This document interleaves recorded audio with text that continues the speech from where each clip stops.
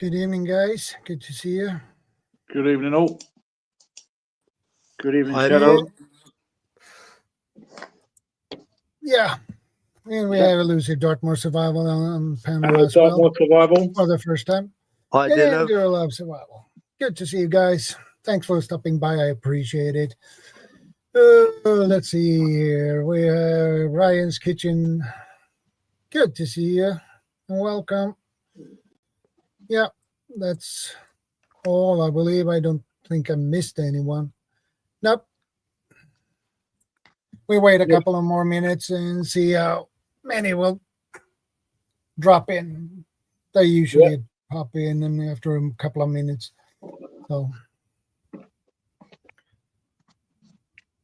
how you been, Shadow? Thanks for having us on the show, on the chat. Yeah, as I told to Elusive, that is,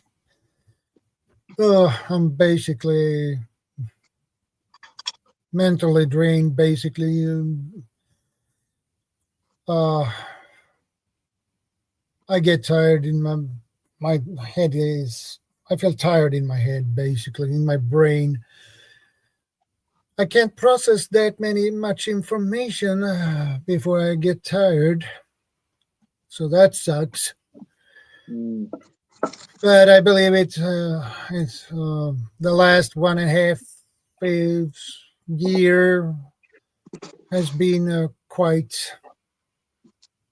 let's say, stressful and tough. So, well, I thought I would have a mental breakdown earlier today. So, but I don't know for how long I can keep up for today.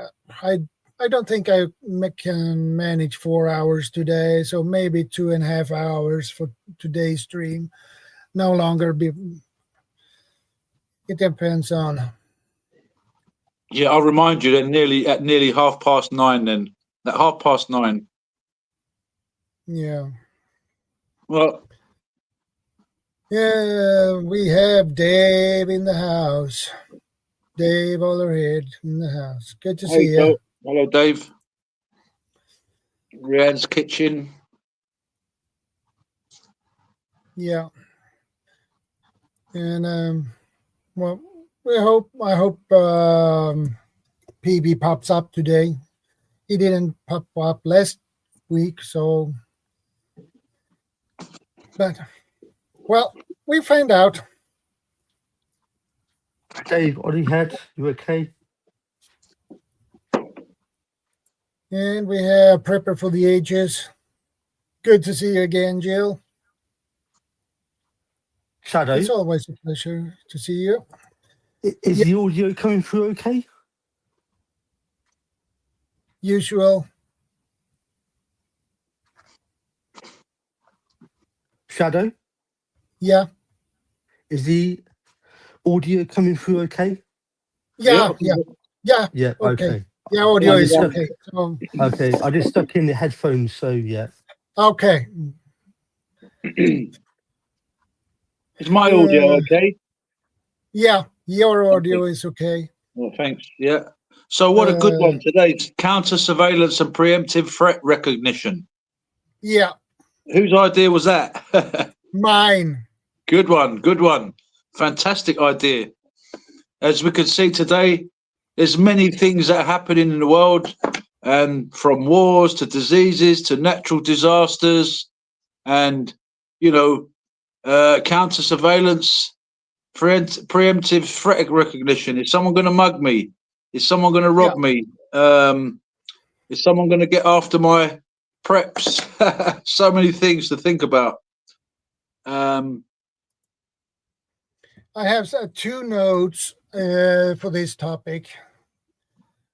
And the first is recognizing common signs that your location or group is being scouted or observed by a hostile entity. The other one is discuss observing anomalies in local foot traffic, identifying basic signaling marks, and the importance of varying routines to break predictability. That's the problem. We are too predictable. Excuse me. We are used to have our routines, right? But the problem is our routines can mess things up for us. Yeah. So let's say if you take the same road, let's say if you are going to a friend's house, you take the same route every time. You are really predictable. So why don't you change the route to your friend's house? That makes you more unpredictable, and it's hard to keep you on tail.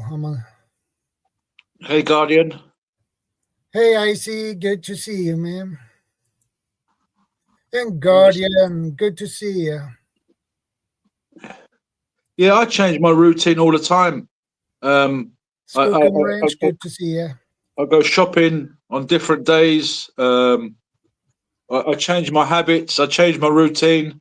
I go in the park sometimes early in the morning. Sometimes I might change it.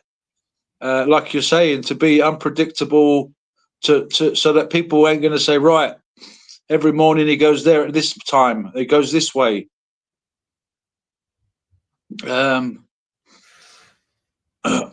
Also, maybe keeping a check on who might be keeping a check on us. Maybe make a note of the people that potentially may be watching us, and maybe watch them. Preemptive threat recognition. Okay. Yeah. I'm not gonna Prepper for the Ages says, good idea. My stalker once chased me while I was driving to work. I should have taken a different path every day. Yeah, you should. Yeah. That is a good idea to do. I think a big question as well is, like, if you're doing counter tracking, if it was like people chasing you, you got to know who's chasing you. So the same way with the tech, you got to know what tech could be tracking you.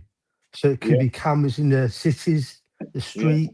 It could be your cars. A lot of cars now have got a lot of tech in them now. It could be your mobile phone, your home security. So you got to find out what could be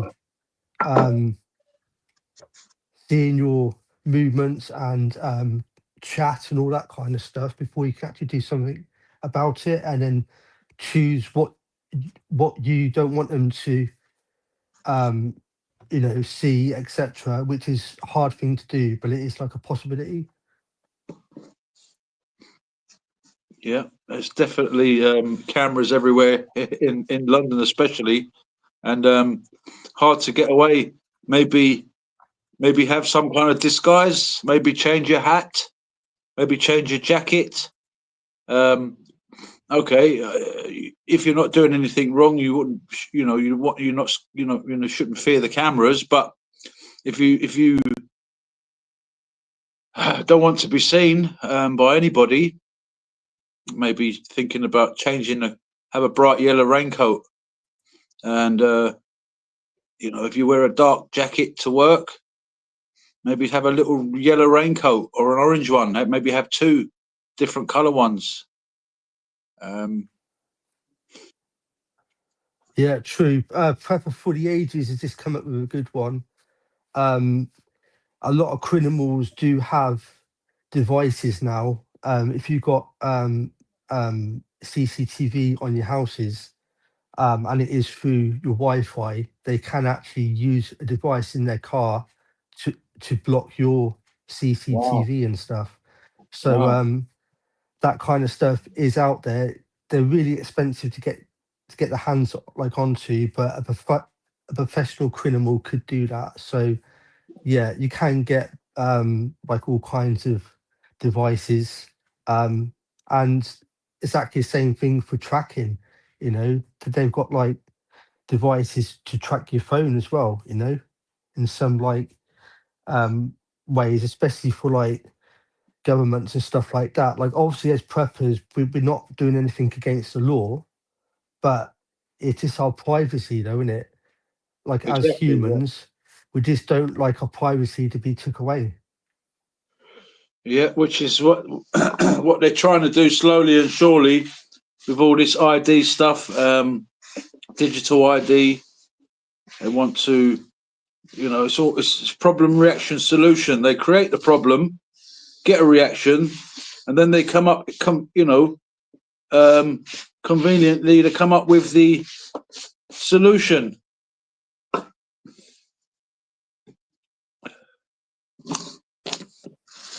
Yeah. So Shadow, what kind of things was you actually thinking of about the tracking? Are you thinking of like when you're going through like a city, or is it your phone, your cars, all that kind of Well, stuff?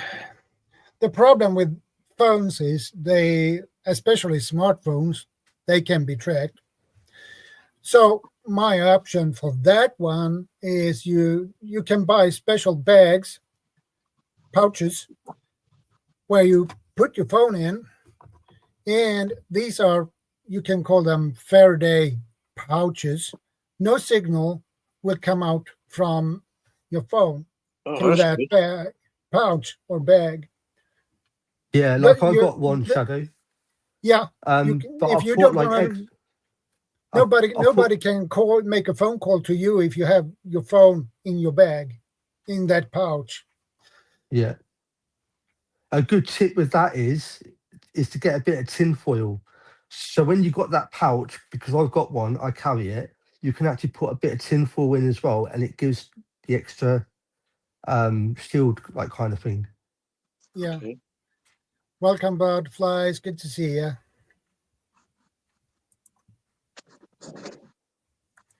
Okay, I see. Thanks for stopping by, my friend.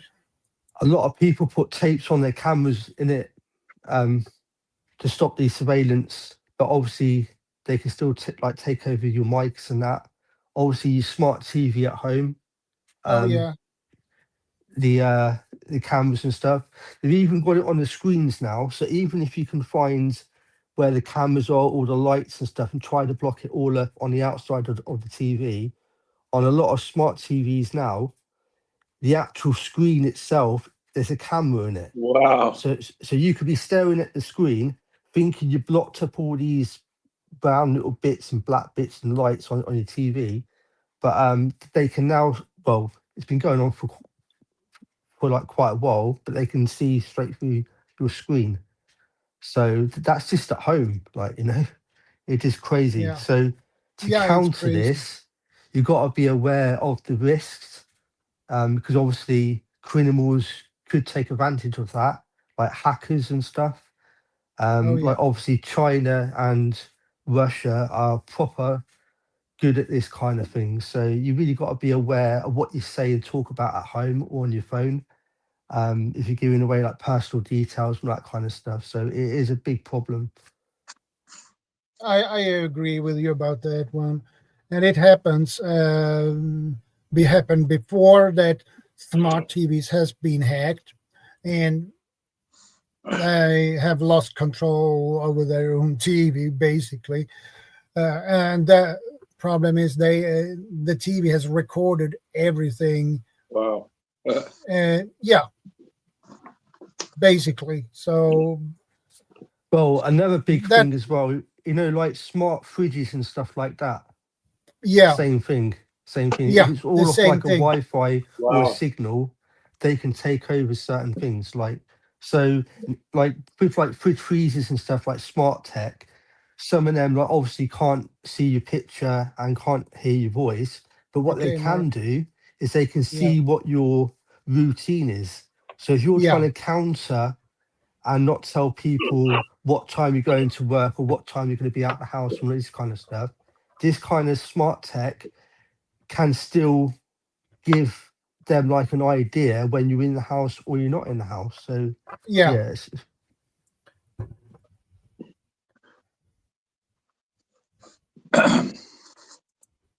yeah. I definitely agree with you. I'm not a big fan of those smart fridges or freezers. I'm not. I prefer a regular dumb fridge or freezer. That's the safest thing. And besides, those smart fridges cost a lot more to buy than a regular fridge or freezer. Yeah. I think there's a lot of techie people out there. They like the tech, don't they? But there's some that close their eyes to what the problems could be, and some are aware of it, but they like the tech, don't they? I mean, like cars now, a lot of brand new cars have got a lot of tech in, and they can track and hear you and see you exactly the same way. Yeah. Technocrats. Yeah. I heard about it was a special car. I think it was Tesla or something. They have camera. When you put your gear in reverse, you can see behind you. But the problem is when you park your car, that camera can record when somebody passes your car without without your knowledge. Oh, yeah. Yeah, I heard about that. I think it was a case here in Sweden about that. There was a guy who had a Tesla, and his car recorded when someone passed his car without his knowledge. So they're using our own vehicles or our own technology to spy on not only on us, but potentially on other people as well. Yeah, and the problem is a car cannot record other people that passing your car, because that would we have regulations for that. So if your car recording somebody else, you can have serious problems because it's against the law. Yeah. Because you need a permission to record other people. But the problem, the idea with that the car record when somebody passed by your car is, if somebody tried to break into your car, it record that person. I can understand the purpose with that, but when they're doing it all the time. Exactly, Shadow. I think this is the biggest problem with tech. Is like it is a really good idea if they're trying to fight terrorism and that kind of stuff, and trying to protect people in a really good way. But then obviously it leaves the door open to the government using it when they don't really have to. Or it lets the criminals in. So it is a big problem. Like, it is a good idea to have this tech to protect us in a certain way, but it's the way it gets used. Yeah, they use it against you because they give you the technology. When the mobile phones came out, for example, there was no law saying you can't drive it and use your phone. It was only when people started having crashes, then the government decided to make it illegal. Right, you can't use your mobile phone anymore because it's dangerous. But when it first came out, so they give you this technology, get you hooked on it. Another example, it's almost like they create crime. They think, right, how can we create crime? So, like, for example, the phone, when it first came out, there was no law saying you can't drive your car and use your phone. Then they changed the law. What am I getting on to? Well, same as the internet. They give us the internet. You can comment, you can watch videos, you can have your own channel. But now we're seeing how they're using it against you, against us. Someone made a tweet. Someone didn't like the tweet. Someone went to prison for that tweet. Someone made a comment on YouTube. Someone didn't like it. They felt offended. Someone went to prison for making a comment. So they create this technology, these technocrats. It's almost like they're thinking, right, we can create crime. How? Well, we'll get people to, you'll give them the freedom to speak, say what you want, say what you like, and bam, now we've got people getting arrested for making tweets, comments. So what am I getting at? Well, is this new technology also going to get you in trouble? Oh, what did you do in your kitchen? We overheard you in your fridge. Yeah. As well, if you've got a channel as well, like obviously I don't show my face on YouTube for various reasons, but one of them is to do with trying to keep my privacy off the internet as well. So it's to do with a job, it's to do with privacy, it's to do with even parts of my family that do important roles. So we've got to see what the risks are and then decide what we're going to do to actually protect ourselves as well. Slippery Pickle, good to see you. Hi, Chef Tech. All right, Chef. What's up, Daryl? All right. Yeah, so taking countermeasures. Don't buy smart technology. Don't buy smart TVs, smartphones, smart fridges. And what about these smart meters even? And you're hearing stories of some people have got smart meters and they set their house on fire. So if you want to go absolutely clear on everything, all tech that we're surrounded by right now, and I'm talking everything, the street cameras unit, they all know if you want to go to the road. Yeah. Going off the grid at this point. Everything. It's already out there. There's no stopping. It's been around for decades. They just didn't tell anybody. Now it leaks out slowly and all that. But, I don't show my face on here. Why? Well, it's not like, it hasn't been on there before, but I don't need the AI using newer technology to say, okay, this is what he looks like now. Although they can figure it out. Every street camera out there will tell you. So, but we're surrounded by tech. There's no way out of it at this point, except for a huge power outage around the globe, and it stays that way for decades. And then we've got one guy in London. I don't know if you've heard of ULEZ. ULEZ is a project in London that is, I think, it's trying to bring down the car pollution and stuff like that. So I've been watching the guys cutting the poles down and all that stuff. That's been going on for 2-3 years now. So like you're saying, there's not a lot we can do. We're not saying go and cut cameras, but I suppose you can minimize, instead of going out maybe 4 times to the shopping, go once, go twice, change your shopping. But anyway, you still can't get away from the cameras, like Chef Tech said. You're not getting at all. You can minimize your you can go to different supermarket, but they got cameras in there. Yep. Maybe have loads of different sort of disguises, mustaches, wigs, pink hair. I don't know, but even still. You could go down. We're kind of we can go down every rabbit hole in terms of what can we do not be known. Too late. You can minimize your footprint a little bit. You're already there, so we can sit here and discuss. Wear makeup, put on the extra rubber finger to make it think you're AI and all that crap. The only way to escape it is to literally get away from the system. Go into the wilderness where they haven't got cameras. Yeah, well, good luck with that. Where's the wilderness out by you out there? It ain't the city park. Chef has got a really good point. The tech has been out for quite a while.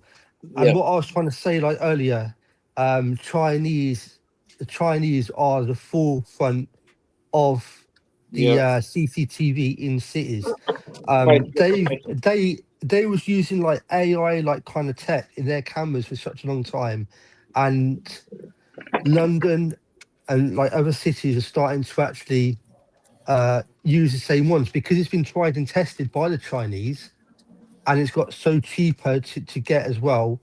You just got to figure out what you want to try and keep private, and just try to do what you can, because you can't stop it, as Chef said. The tech is too far advanced, but you can do small little things to give yourself a bit of privacy. Yeah. So I was a Ford Master Tech for 15 years, 13 years, whatever.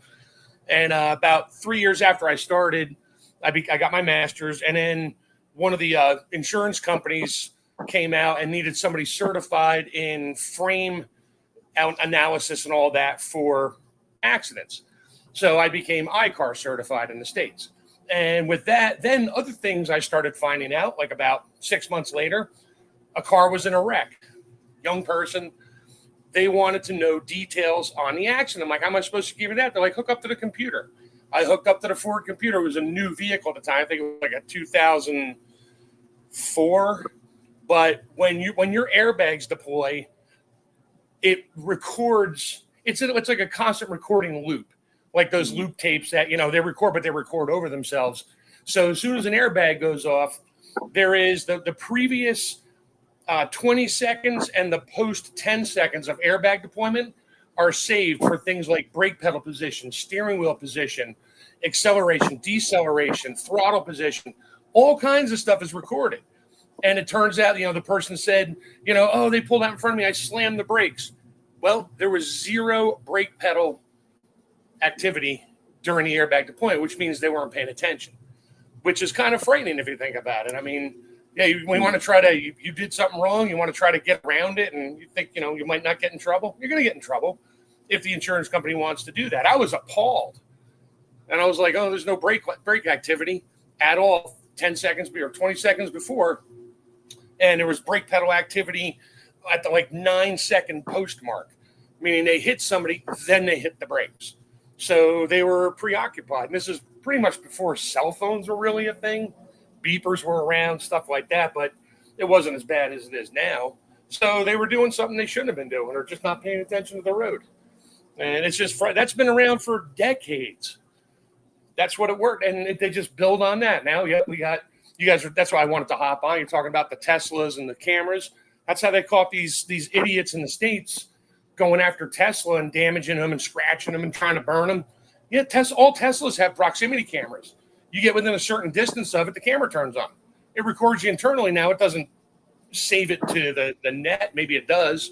Well, obviously it does. But, yeah, so that's why they caught these people. It's like, I didn't scratch a car. Yeah, you did. Look, it's on camera. Where'd that camera come from? Oh, it's the one mounted in the driver mirror, outside mirror. Okay, there's cameras everywhere. And there's no way around. There's just no way out of it at this point. Yeah, Chef, that's what I was trying to say earlier, is the tech's good to stop the bad things from trying to minimize it, like terrorism and crime. And Bob, I think that's what they say. They say this is what you need the tech for, but it's also can be used in a wrong way as well, isn't it? Yeah. But technology is going to be a lot faster in less than 10 years. It's just advancing year by year. And the stuff to give us is the old stuff. So what we think is really new is really old. Yeah, we're probably 20 to 40 years behind in what the public knows in technology than what's been out there. Maybe a little bit more even. Yeah. And the problem is with all the technology we have is it's hard to counter-surveillance it, because exactly the technology is really hard to counter-surveillance. In that case, you can, but you need really expensive equipment for that. That means jamming systems, and you need a computer that is so powerful that makes your own laptop like a calculator, basically. Yeah, exactly. I don't know if everybody remembers about, I think it was 10, 12 years ago. There was a secret military base, and all of a sudden, everybody knew where it was. And I'm not talking Area 51, because a lot of the soldiers were wearing the Apple Watches and the stuff to monitor their activity, but it tracked their physical location. All of a sudden, these little circles are showing up on a map on the Apple Watch app, and nobody knew where it was coming from. It turns out it was an Army base, and they didn't want anybody to know about it. And I mean, the soldiers didn't get in trouble because they didn't know, but they now can't wear those things because it tracked their movement because they're wearing an Apple Watch. And nobody wanted to see it, but it happened. And that was a scandal, like 10, 12 years ago. But they got shit going on out there. Yeah. That's one reason I don't have like an Apple Watch. I've got friends and stuff, like some of them have got them. And I'd rather have a phone that I can turn off, put in a case if I have to, or leave somewhere while I go to do what I need to do. But obviously having a watch on your wrist, it just basically a tracker on your hand, isn't it? Yeah, well, it's telling your heart rate, everything about you, including your geolocation. Exactly, So, but it'll be fine because if I have a heart attack, it'll know and call 911 for me. Really? Yeah. Well, they've got the same on the phones for like car crashes, haven't they? Or like what? Like on your iPhone, if you're driving, if you get into a crash, the phone can see that you've been in a crash and call the emergency services. You've got to set it on your phone. Yeah, they had to redo that mess because that happened in the States. Somebody be walking across a bridge and her phone slipped out of their pocket and landed on the ground. It saw high acceleration, high decel. It called 911. Meanwhile, their phone is cracked on a sidewalk 20 feet below, and the cops show up. So who called 911? I didn't. The phone did. Yeah. Yeah. It's crazy, isn't it? I don't know, there's like no way out of it. Like I said, just try to minimize your footprint, like Elusive does. You're going somewhere, leave your phone at home. I mean, I go to my cabin. Yeah, I take it with me. I kind of need it. I'll bring my iPad. I turn it on when I need it. Does it work when it's not on? Yeah, probably, because they talk about that too. But if I'm going out to wander around by my stream and that, most of the time I'll just chuck my phone in the cabin and leave it there. And it doesn't track me walking around. Now I have nothing to really be tracked for. So, why bother? Yeah. Like I got out to hide, but when I'm out in the woods and on the moors, I know how to, like tracking skills that I've learnt off people and stuff like that. We've even got like an IR cloak that I can put over, and it's a proper expensive one, and it actually works. So yeah, like I just like to get away from the tech and that, and just to go out, get up on the moors and stuff. And like, especially on the moors, you can't get a phone signal. So I know like certain places that I can be with my phone and I still can't get a signal. But like, obviously if I get into trouble, then you've got the thing on your iPhone, the satellite thing, the SOS. So you do have that. It's actually funny you say that. Your phone has no signal. Okay. Like you're in an area where there's no signal. Pretty good chance if you in the States, 911 is the emergency number. I don't know what it is over there, but you dial 911, it'll go through like clockwork. I mean, it may be a sketchy signal, but it's going to pick it up. Even though you can't send a text or talk to your buddy on the phone, you can call 911, which, and you got that satellite thing, which started popping up on my phone all of a sudden. I'm like, really? It's not a sat phone. It's just not. I don't know what they think they're doing. It's probably just roaming mode and it goes to a different company. So they call it a satellite to try to make you think, oh, look at us. We have stuff in space that can reach down and see your phone. Well, great. Whatever. The problem with that. Oh, sorry, Shadow. And another problem with the technology is it's hard to recognize in the common signs if somebody tried to scout you down or scout your location down. It's hard if they use technology for it. That's how they caught all those people on January 5th, 6th, whatever it was in the States here a couple of years back, 4 years ago, when, they didn't want somebody to win. Somebody shouldn't have won, so they peacefully protested and whatever. Well, they geolocated every single telephone that was there, and they arrested them. Yeah. Why? How did they do that? 6 months later, all of a sudden they're knocking on your door. You were there. It's like, I wasn't there. Your phone was there. Well, I wasn't there. Well, your phone was there. Therefore, you must have been there. Oh, look at that. And we see that you went to the ATM and you went to the local bakery and bought a roll and a cup of coffee on your credit card. Yep. Meanwhile, they can't find anybody else. But, man, they can find those people. The only way you can get away when it comes to cash, if you pay with a card, they can track you. If you pay cash, they can't.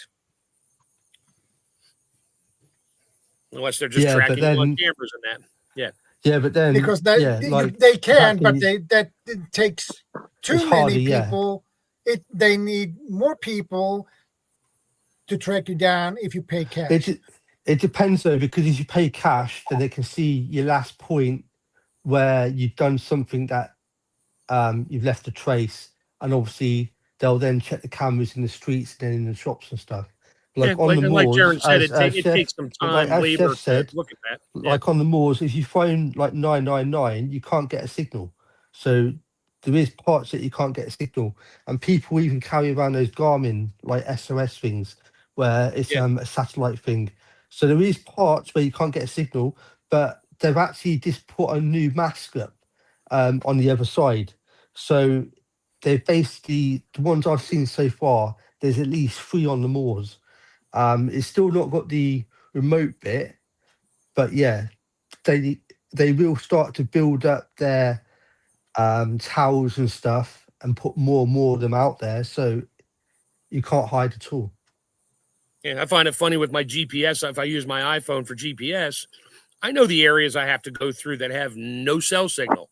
Well, if I'm listening to a podcast or something, it pauses because it just spools. I got no signal. But the map knows where I am, even if I stop. Even if I go on a side road, it knows where I'm at still. It's still connected. But they just won't tell you how or why. But you're still connected, so they know where I am. Can't call 911, but the map shows exactly where I'm at within like 5 feet. So yeah. I don't know. Why do we need all these data centers all of a sudden? The United States are popping up. They're building like 2 data centers a month. They're huge. Everybody bitches and whines about the amount of water they use and electricity and that. It's like, what do they need these buildings for with all these computers? What data are they storing? Oh yeah, everything. But nobody knows who runs these things. So sure, I'll put on my tinfoil hat for that one, but how much data do we need? How many of these giant buildings with all these computers with mass storage in there, how many do we need and why? Nobody asks that question. I'm asking. I don't know the answer, but I'm asking. I think their excuse is that they tell the people is we need these storage to keep info and stuff in case something happened and this person does such and such. So we've got proof, or we can go back and prove who is to keep you safe working with and all that. Right. Yeah, and they say that, which is true to a point. But then there's also really they should only use it if that person they're like spying on and they can see it doing something, then start to do it, start to like build up a picture. But there's so many of the public that ain't doing nothing at all, and so much data is being took. It's absolutely crazy. Yeah, it's accelerating at such a rapid pace right now. You can't keep up. You just can't. I mean, I like my 2 vehicles I have here are pre-2000. There's only one computer in there. It just runs the engine. The only other computer is my radio with memory. And okay, I got one for the airbag system, but it's not really a computer. It's just a logic module. And then my cell phone. Those are the only computers that are in the truck. So I can drive now. If there's a solar flare or something like that, truck won't run. Neither will my other car, which is a 99 and the truck's a 98. So they just won't run. Chef, have you heard people talk about they're worried about the government putting a chip in their hands as like ID and all this kind of stuff? Do you think they've been talking about that forever? Now Elon says he's going to do it, but you don't hear much about it because nobody's going to do it. I mean, some people will because, oh, look at me. I'm cool. I can just wave my hand over the credit card machine and get my cup of coffee at Starbucks. Well, good for you. They ain't happening with me. I'll make my own coffee. I don't need to go to the store that fucking bad. I'm sure somebody I know will do it that I trust. That'll be like, yeah, I'll go to the store for you. Yeah, they've already got the chip in Sweden. Shadow would know about that. There's many people in Sweden that have took the chip, and they're using it to get into work. They can open the door. Wow, they can get into. You can use the printer. Yeah, they just use the wave with a hand and the door open for them. No, they could do that. They could do that with retina scans and all that stuff's been around forever. I mean, crap. We were watching sci-fi movies back in the 60s and 70s of, you put your face up to a camera and it scans your retina and lets you in the door like a fingerprint. They had that technology before the movies came out. They've had that around for a very long time. It's just easier to just wave your hand because then it keeps track of everything going on in your body. Like, Jaron's feeling a little stressed right now. His heart rate is up. Oops. Sorry, Jaron, you can't buy coffee this week because your heart rate keeps going up every time you drink coffee. So we're gonna have to slow you down on that. Here, drink tea. It's also going to become easy for them to incriminate people with videos. I'm sure you guys remember a film. Was it Total Recall or Running Man or one of those with Arnold Schwarzenegger? And it was Running Man. They said that the AI created a video of him strafing and shooting people, but it wasn't him, and it turns out later. But whatever. Yeah. There you go. And Shadow, do you think it's possible that they're going to wait until the older kind of generation? Excuse my dog's just jumping around. They're going to wait until the older generation die off, kind of thing. The younger generation come through, and they're going to want this kind of tech, and they're going to start to actually then pull it out. Then, well, they're kind of already doing that, I think. Well, yeah, I think we're the last generation that never grew up on internet. Yep. The generation after us grew up on internet. We know what it was like when we were young. We never, there wasn't mobile phones around when we were young. No. It was only in the movies we saw. Yep. Star Trek. Yeah. Beam me up, Scotty. Yep. Yeah. I don't know. There's so much out there to try to stay away from it. Counter-surveillance, preemptive. I mean, if the crap hit the fan and it's a mess out there, the AI, which is what they're pushing for all these data centers, that's about the only thing that's going to be keeping track of you. Because all the other people are going to be dead or trying to survive, not worried about running into the data center to fix a network cable that went down. They got an alarm for. They'd be like, "Yeah, screw you. I'm not going in. You can live without it. I'm too busy trying to find food for my kids." Imagine if SHTF happened and the power went, etc. That means then that all their technology, surveillance and stuff is going to go down the drain pretty much, though, isn't it? Well, we don't know. They might have backup systems that we're not aware of.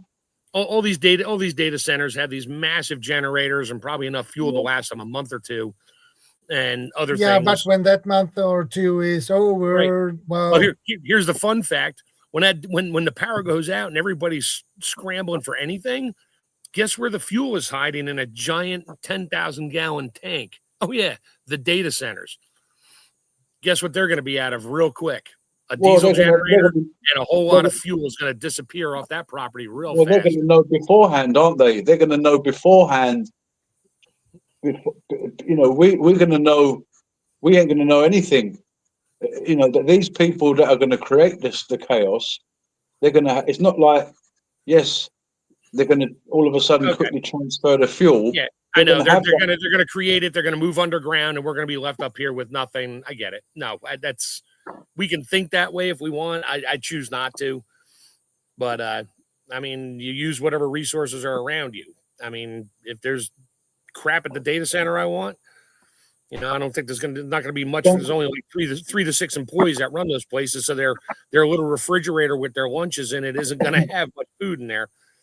But there might be fuel around. There's going to definitely be water there, and while I'm there, I might mess up a few circuits just to make sure it's not keeping an eye on me. Yeah, I will read the two notes I had put down. For for those who didn't hear it. The first note is recognizing common signs that your location or group is being scouted or observed by a hostile entity. And the other one is discuss observing anomalies in local foot traffic, identifying basic signaling marks, and the importance of varying routines to break predictability.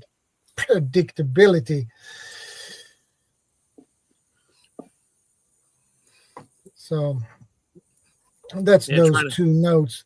That's minimizing your footprint and keeping your head on a swivel and keep track of everything. Depends on where you're at. If you're stuck in an apartment in the city, yeah, you're going to be sort of keeping an eye on who keeps walking by every day at the same time, and any other kind of activity going on out there, and all of a sudden nothing, and you don't see anybody for like a couple of days. You're going to start to wonder what just happened and where'd everybody go. And you might use that as an opportunity to go scout for something.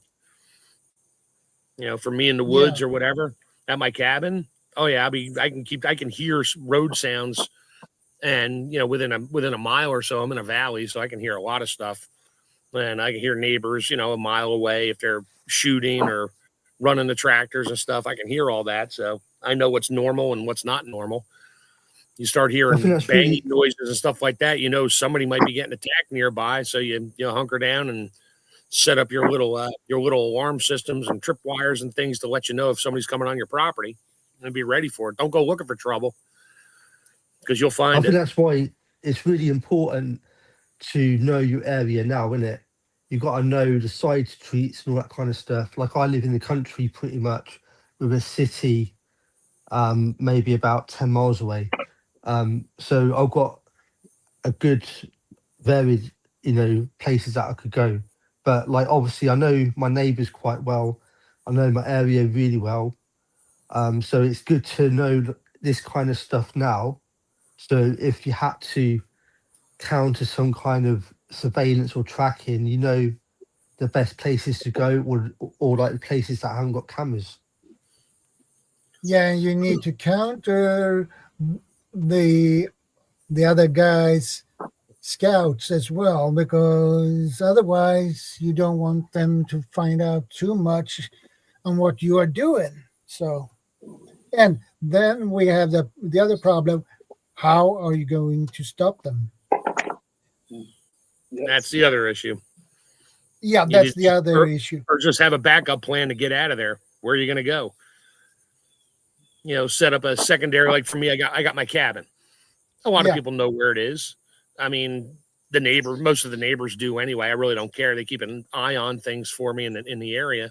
But if other people are wandering around, I would literally go set up my tent in another clearing on my property somewhere and make it look like I'm living there. That would attract them over to there versus where my cabin is, or vice versa. If they see where my cabin, I can always go over where the tent is. I got 15 acres. It's not huge, but I'm surrounded by state land, so nobody lives there. I could easily find a place to hunker down up there and actually keep an eye on my property. Like I said, I'm in a valley.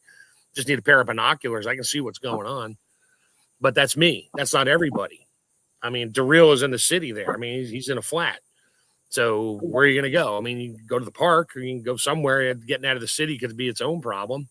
He's got enough stuff to keep him going for a fair amount of time. So there's plenty of places I can go to, Chef. Oh, okay. I mean, sit down. I've got bug out locations, but I don't really talk about them too much. Oh, that's fine. I'm just saying. I mean, for somebody who lives, I hear what you're saying. Yeah, being in the city, but at the same time, it gives me a good advantage as well, because I can keep a track, on them, keeping a track. I can see firsthand what's happening on the ground here, and it's gonna sort of flow outward, because this technology, will obviously it's going to be kicked off in the city. So I'm watching everything they're doing. I've got a very good position right here, and spiritually speaking, maybe perhaps I'm a balance, to the evil, and you got these rich technocrat, multi-billionaires, what have you, that want every little bit of information And talking about information, a lot of times we give them the go-ahead. How many times do we say, how many times do you accept an app on your phone or your You laptop? have to. If you don't accept it, you don't get it. So I accept Right. your So then it terms says, of watching by me. accepting our terms and conditions, we're also allowed to take your information, which whatever you've got, maybe photographs, contacts. And why is this crazy rush for all this information? Well, AI needs information because people seem to think AI is magically getting all this information on its own. No, we are giving it to them. We are giving everything to them. When people like Dartmoor said earlier, Survival said earlier, they track you when you buy something with your credit card. I think Shadow said it. Yeah, they can see what food you're eating, what you're doing. So, yeah, crazy time. We give it to them. A lot of people basically giving them the go-ahead. Yeah, we're giving AI the ability to go get its own information now. That's the scary part. Yeah. We gave it information. Now we're teaching it how to go find its own information, and it does. Yeah. And any kind of information, stupid information, like what color socks do you like? What anything, any stupid bit of information, they want it. Yeah, read the terms for YouTube. You put up a video, they own it.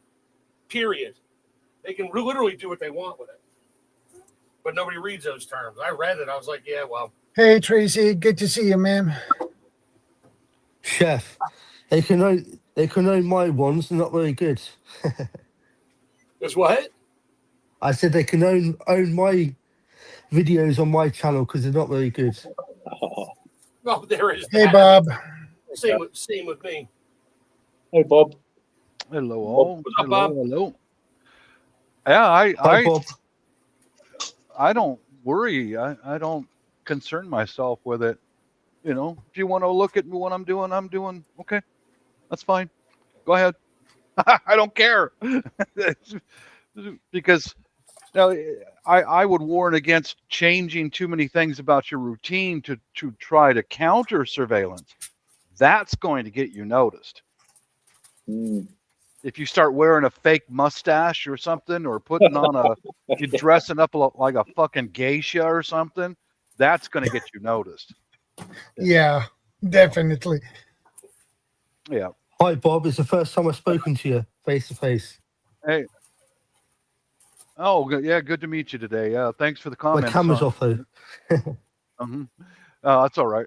But yeah, I think for me, the only thing I could see myself doing is a couple of Faraday bags for my phone, for mine and my wife's, in case we have to, because I've got a whole kit set up with food and what we need to be able to literally walk out of here and keep walking, and get out of danger. And I think that's the only thing I will look into. That's it for me. The rest of it, I was like, either you're going to surveil me or you're not. I don't care. That's just how I am, man. Yeah. The way I see it, Bob, is that sorry, go on. Ultimately, I was just quickly going to say, ultimately, God is laughing at their plans. All these little mere men, thinking that the world is theirs, all the resources is theirs. We are just biological resources. They can do with what they want to us. Well, I like that, Bob, because it's at the end of the day, whatever they do, they can't, they're not God. They want to be God. There's a lot of wannabe gods out there, but they can't be God. So I'm just aware of the risks. I'm aware of the tech that we actually know about, and I just try to minimize it as much as possible. I know there's not a lot more that us as people can do. Try not to play the game. The biggest threat to all of us, though, is definitely the criminal side of it. So they can take control of some of your tech at home, or your phone and stuff like that. So I think for us as people, the biggest thing is to try to stop the criminals using this technology against us as well, because I think that's the biggest threat. Yeah, there's okay. Well, you guys know I travel a lot, and I go to some sketchy places overseas, sometimes alone.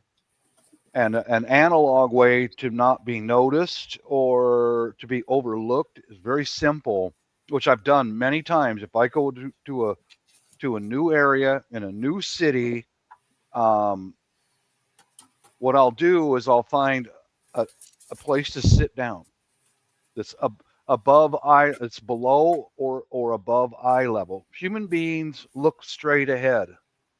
That's all they do. That's all they notice is what's straight ahead. Now I'll find a place where I can sit down with something against my back. It's an old hunter's trick, you know.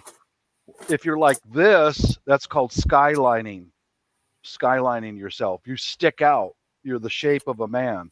But if you put something against your back, like a concrete bulkhead, and you just sit there and don't move, just sit there and observe, people will walk within inches right past you and not even see you.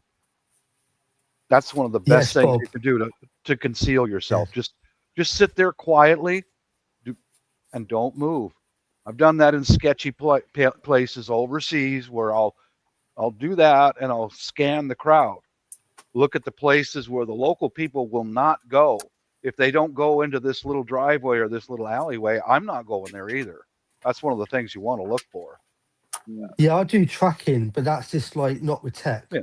So I'm aware skyline, prints, all that kind of stuff. Like I actually go through certain woods and that on purpose, knowing there's dog walkers about. This, it sounds a bit strange, but just so I can practice. And the amount of times even a dog has gone past me, hasn't even seen me. That's right. But like if I'm in the pub or in cities and stuff like that, I hate to have my back like if I'm in a pub, I like my back against the wall. Me too. I like to see around me. I hate having too much where I can't see. I get that. I do. Yeah, the same for me. If I'm on a cafe or a restaurant, I prefer to sit with my back against the wall. Yep. It's much safer that way because I don't like to sit with the back where people passing by behind me. I don't like that. Me too. That makes me nervous. Yeah, the old analog stuff, just sit still, don't move, and people won't even see you. They're so, I don't know, most people who do not hunt or who have never spent any time in the military, etc., they're so totally unaware of what's going on around them because they're just looking straight ahead. So if you stand 10 feet above them, they won't see you. Or if you sit down below eye level, they won't see you, especially if you don't move.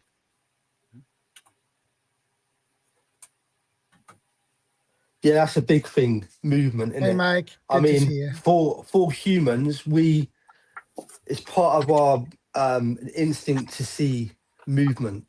And that's why you see like the wildlife.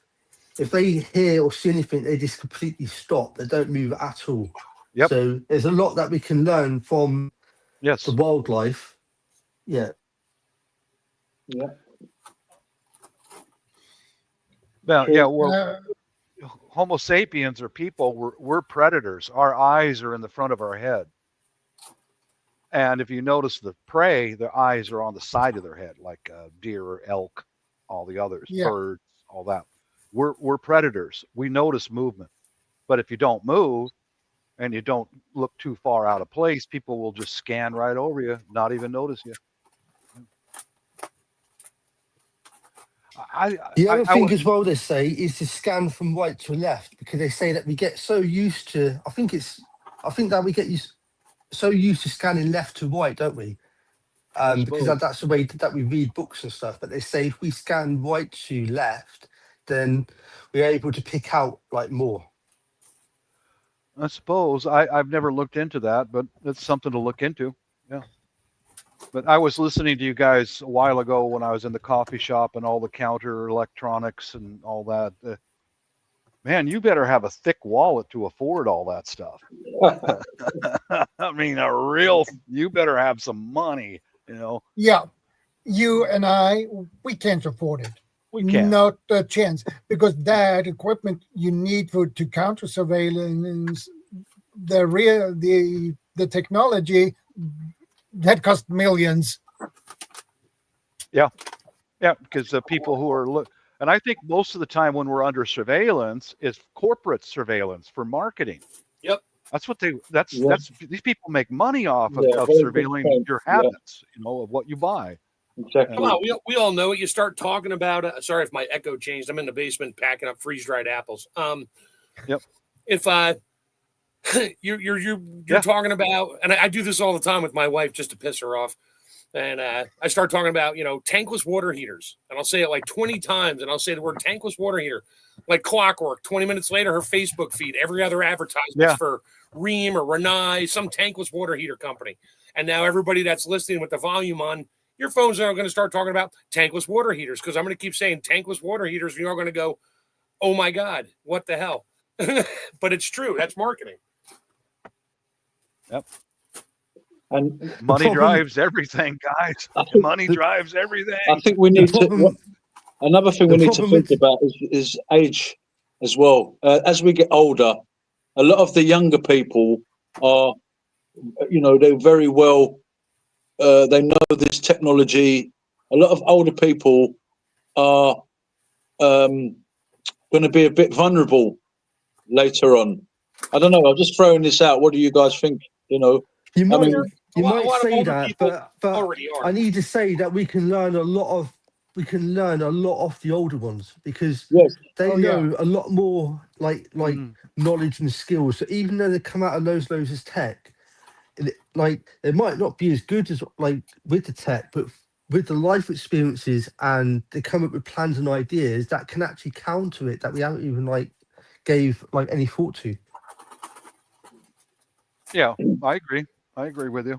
That's one hunting technique that me and my friends have used many times, hunting coyotes or deer, is one of us will go directly in.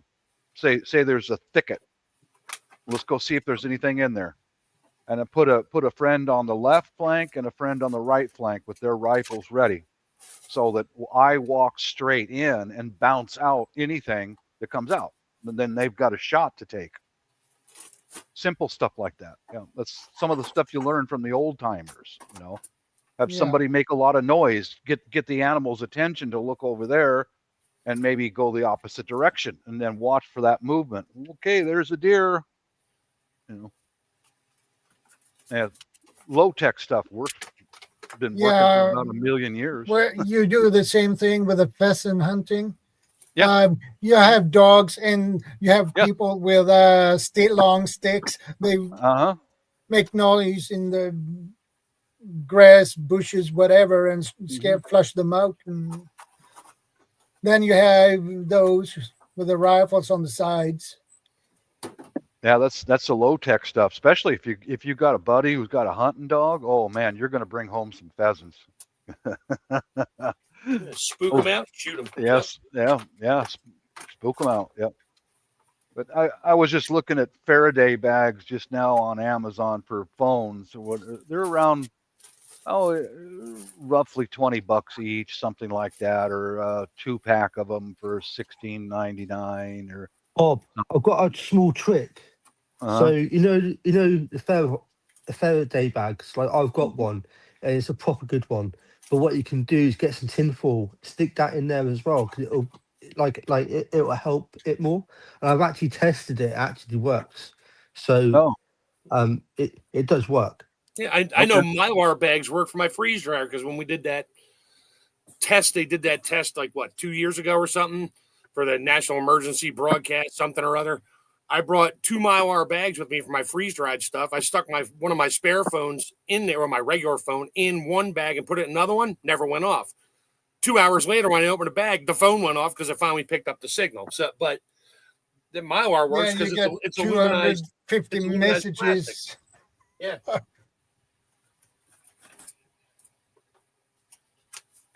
Well, I'm gonna right now, while we're talking, I'm going to order 2 of these RFID and NFC bags. They also say they're waterproof, so it rains here like it does in the UK. So I'm going to go ahead and order 2 of those. I've never seen the waterproof ones. So yeah, are you able to put it on the screen, Bob, or not? Yeah, you can throw a link. Just a minute here. I'm going to go ahead and go to buy. I've never ever seen them before. Place your order. Okay, I can afford that. $32.80. So is it more? So is it more of a case? So if it's waterproof, is it a case rather than a pouch? Then? Let's see if I can share this. It's an RFID Faraday bag that's waterproof. So but I've got a. Oh, right. So it's a bag and not a pouch. Because on my pouch, it's got like what do you call it? A sticky bit on it, you know. Velcro? Yeah, it's not got a zip on it. Most good Faraday bags have a zipper because the zipper's metal. And because on mine, has a flap that folds over. Yeah, well, it is inside. To protect the zipper, which makes it so the frequencies can't get through the zipper area. Yeah. Yeah, so on mine, it's got a fold over bit inside it. So when you close it, it folds up inside. And I've also put in tin foil, like on the outside, like inside. And I've tested it; it does work. But the waterproof one, it would be a good idea, especially like in UK. It rains a lot.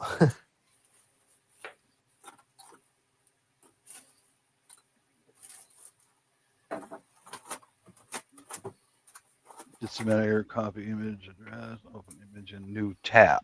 Okay, there we go. I just ordered 2 of these. I'll present them on. It looks like it's got Velcro closure on the top, and it rolls over and then Velcros down. So let's see. I'll go ahead and see if I can present that here. Okay. Yeah, Tracy in the chat has come out of a good point. It blocks our heat signal as well. Well, like people, I didn't know that. It does. However, those space blankets, if it touches your skin, the heat goes through. Yeah, but that's what I was trying to say. The full blankets, I've seen people say it's like a military thing. You can put it over you, and it will. Okay. But it doesn't, because like as Chef said, if it's touching your body, that will go through. The other thing as well, they're not that good either, because like even if it's over your shape, it will still show you shapes like slightly as well. I got it. It depends on what they're using for a camera. I got it down there and present Shadow. I just ordered 2 of them, and I'll check them out when I get them. See if put wife's phone in one and mine in the other. So it's not a bad thing to have because it is waterproof and it does give a little bit of protection to the phone. So it's not a bad thing to have. How much for that one? There was, for both of them, was about $37, I think it was. That is not bad. Not bad. Yeah. Bob, that's affordable. Are you able to do a video on it when you get it and test it? Oh, he does a video and everything when he gets it. A lot of stuff I do. Yeah. I've seen. I've seen his stuff. It is good. Yeah, you guys can learn from me. You know, I always make it very clear when I make a video about something that I'm not getting paid or sponsored or nothing. I don't make any money on it. Here, this works.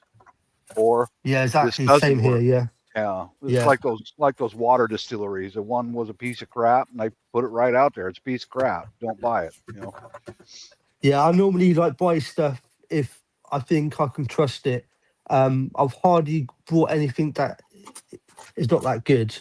But yeah, if it's not that great, then I will say.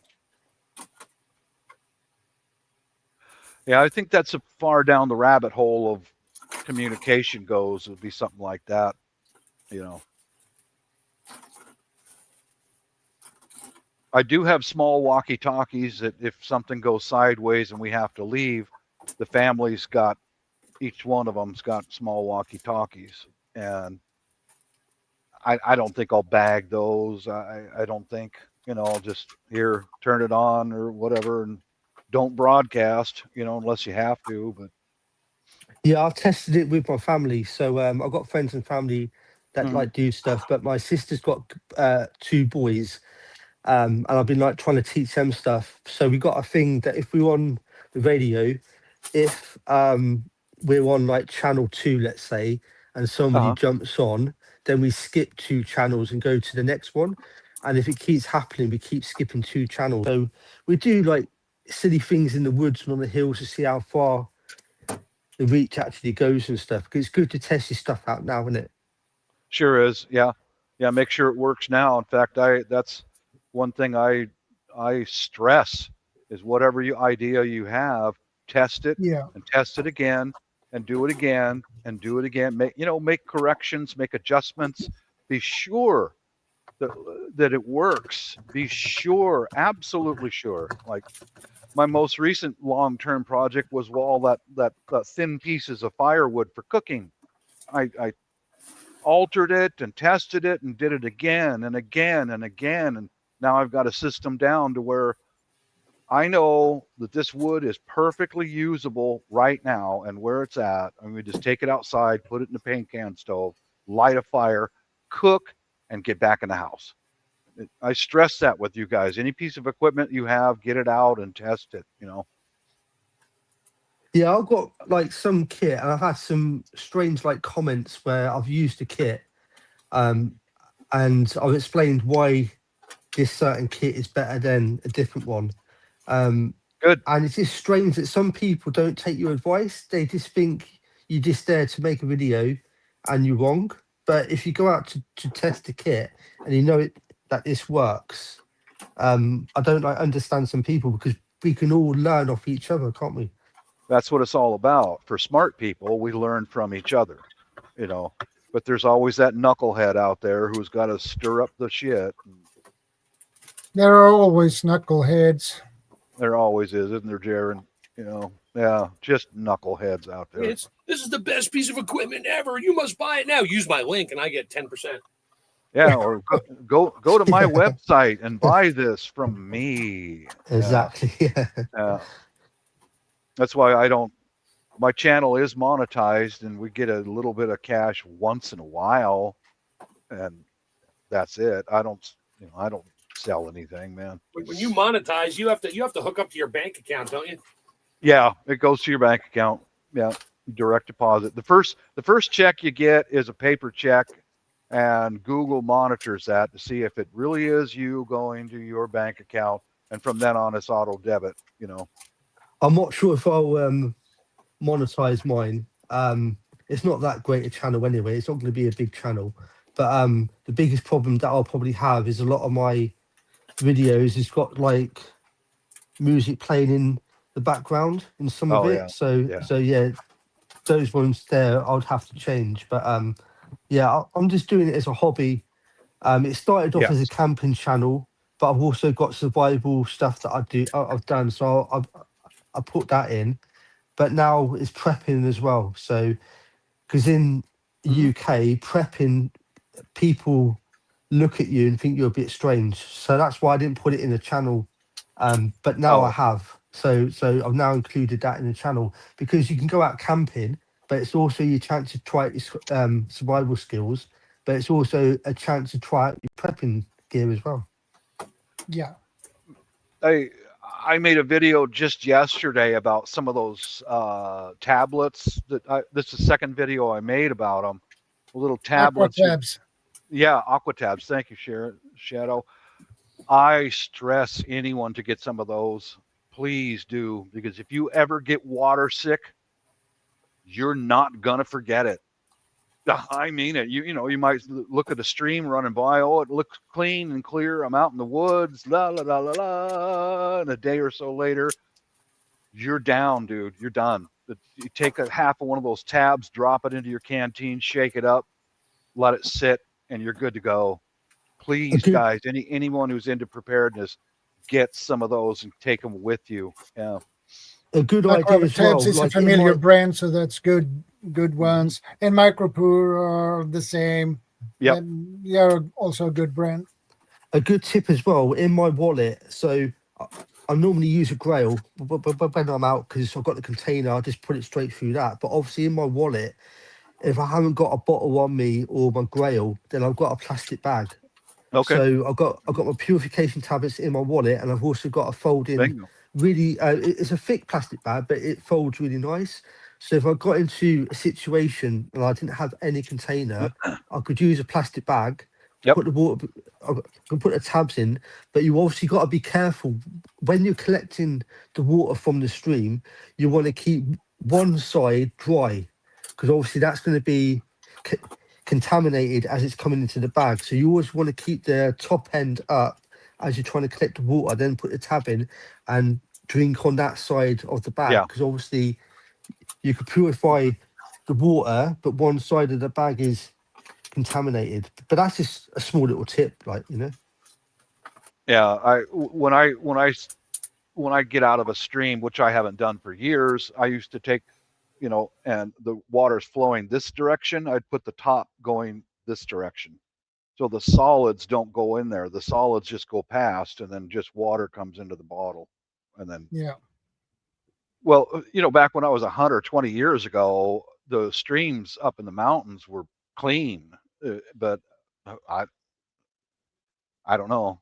I don't know what it's like now. I sure as hell won't stick my face in a stream and start drinking anymore. I won't do that. I used to. I mean, the Grail is the safest one that you can use, but it's not cheap. But because I'm out a lot, it is worth it, and I've never got ill. I've used the soy filters, haven't got ill off them either. But I had a friend who had an MSR filter, and after maybe 7 months, he used it a few times and he got ill. So you got to learn off other people's experiences as well, if possible. That's true. Yeah, I don't have any filters. Hey Vanessa, good to see you. I know that good to see there's you. some good filters out there, but they're really like the hiking filters. They're fine for short-term use, but when you get back in town, throw that sucker out and get another one. You know. Yeah. But hey CR, what's up? Into the stream. Oh, sticks my head into the stream. Sorry, Shadow. We've gone off topic a bit, Shadow. Sorry. Yeah, we got off topic. That never happens here. No, never. It always happens. We always get into a sidetrack, but it's okay as long as we go back to the topic. Yeah, or it pertains to preparedness, you know. Yeah. But yeah, the counter-surveillance, man, I know that there's all kinds of gadgets out there to counter this and detect that, but man, oh man, I ain't got that kind of money. Do you really want to put your money on that? And do you know if it really works? How do you know it works? Yeah, I don't. You know, the Faraday bag to put it on the processor in your car in case there's an EMP. It's money back guarantee. Yeah, well, if there's an EMP and it doesn't work, I'm guaranteeing the company ain't going to give you your friggin' money back. Yeah, because the company shut down too. Everything's shut down if we get hit with an EMP. I go to their website and there's nothing there. No, their website is blacked out. Yeah. Oh boy, I don't know. We've got those H harnesses, one for me and one for my wife, with an attached backpack with some dry food and water on it, and in case we gotta go. But I think I'll test the Faraday bags out, and I will make a video about them and see if they work or not. I don't have idea. I don't have any multimeters to test this stuff, but I can put my wife's phone in one bag and send her a text, see if it receives it or not. You know. Yeah. If you're the beep or something from the bag, it doesn't work. Mm-hmm. Bob, they should work, but what you could do if it doesn't work, it should work though, is get some tin foil and stick that in as well. Hey, just reuse those Mylar bags from all the snacks you've been buying at the store and eating. I eat the bags too. Is that bad? Do you? Well, it's a little extra fiber in your diet you may not need. Raccoons love them, though. Frickin' raccoons. Airstrike them raccoons.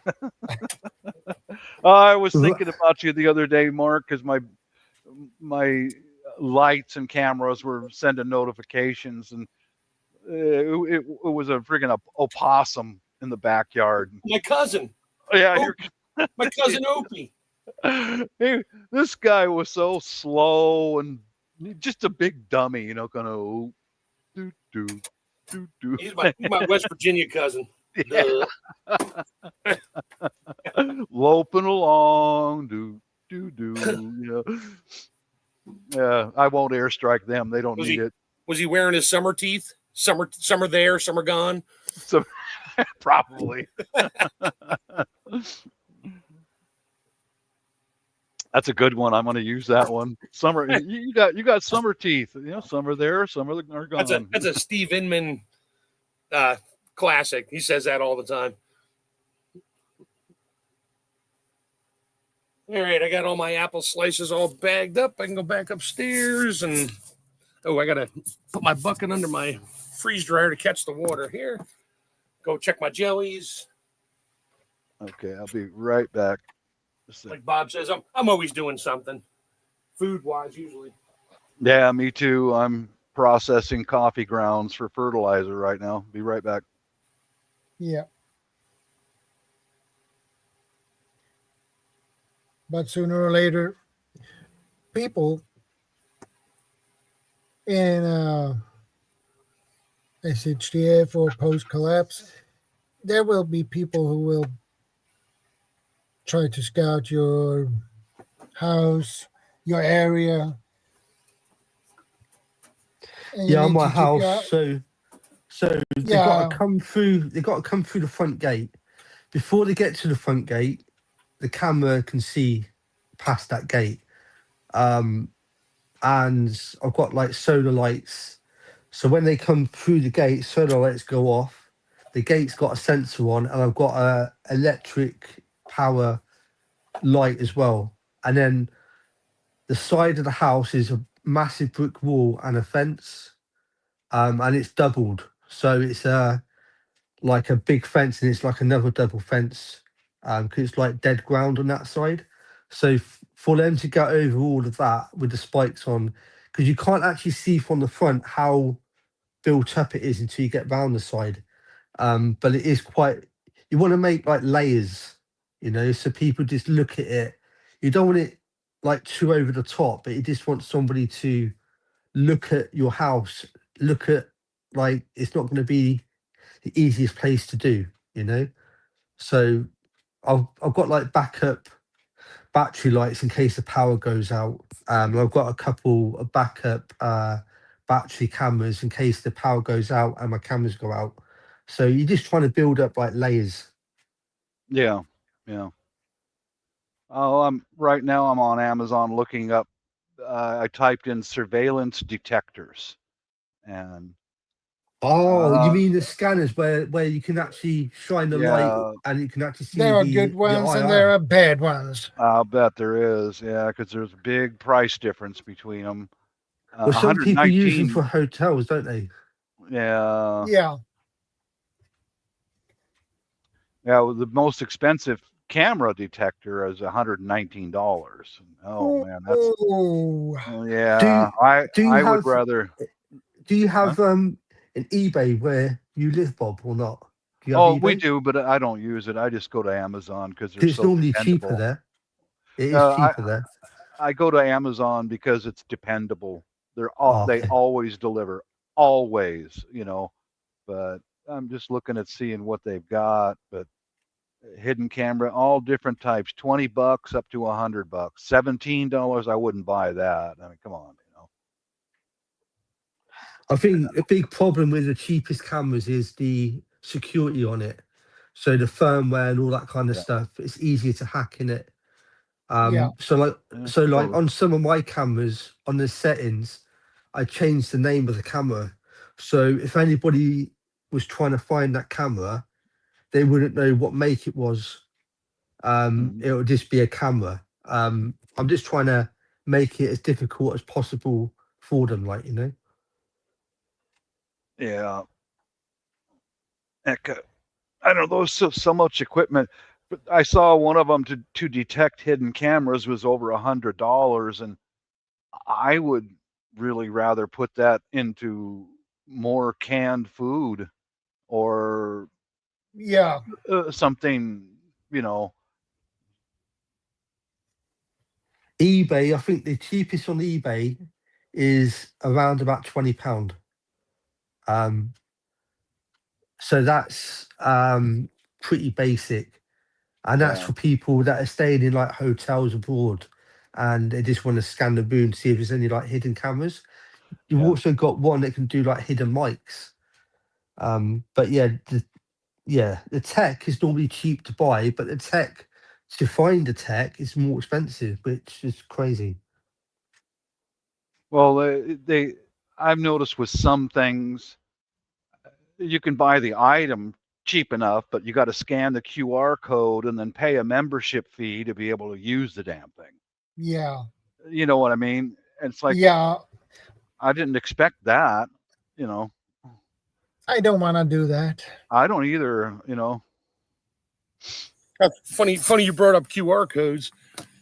I buy a bunch of blackberry jelly, and I buy the pectin in a box, and it always had the little paper directions in there just to give me a memory of my basics. And I open it up, there's no directions. I read the box, scan the QR code. I'm like, oh hell no. So fortunately, I kept a couple sets of their, just the basic jelly instructions for the amount of sugar and water and stuff like that. And I kept one. I'm like, I'm not going to scan your QR code to let you know that I'm canning. You know what I mean? Yeah. Oh, and send us your email address after you scan the we'll add you to QR the list, code. and you get specials. The biggest, Send me your the phone biggest, number too. the biggest problem with QR codes, I don't know if you get it in your countries, but in the UK, a few months ago, or maybe 6 months at least, they was having problems of people putting that fake QR code to car parks. Oh So yeah, when because you couldn't pay by card anymore, or pay by cash. You had to scan this code and pay by your phone. But people was putting a QR code over that one, so it was a scammer's one. So people click on it on their phone, and they got and your it'll money, go to and you get a ticket and lose your So car. they said to check the sticker to see how it was, like, if it didn't look right. The other thing as well is with some shops in Plymouth, like in the city, it's if you go to buy something, they then like ask you from the till, what's your email address, and every single time I go, no, it's fine, thank you. I never give my email address. I'm just there to buy something. Same here.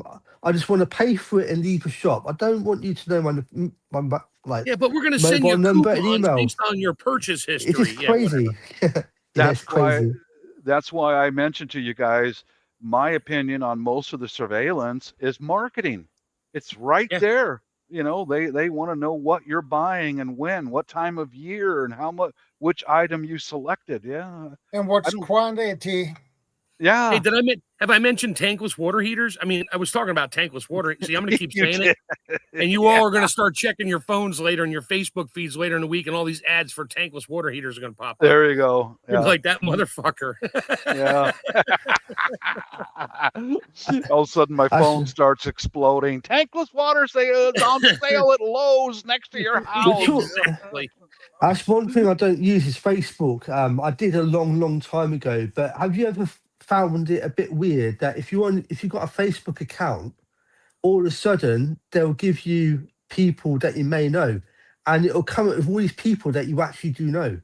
Now that is proper strange, isn't it? It's because it knows you're friends with somebody who's friends with somebody who's friends with somebody and friends with them. And that's part of this tracking problem. They've got the systems in place, and like I've not used Facebook now for maybe at least 10 years. Yeah, I've been off it for about 5 and a half. I've still got it for my family overseas, and those people you may know. Now, if she's a hot Asian chick, then we might run into problems. I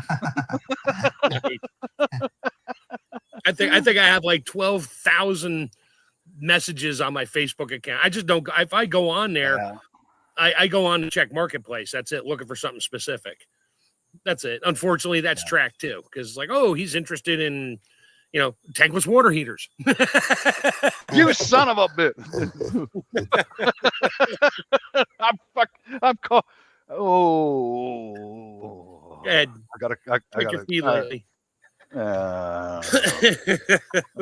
Maybe not an A-10 airstrike, just an F-35 or something. Whatever it takes. You won't know it anyway. Whoop, you're gone. Yep.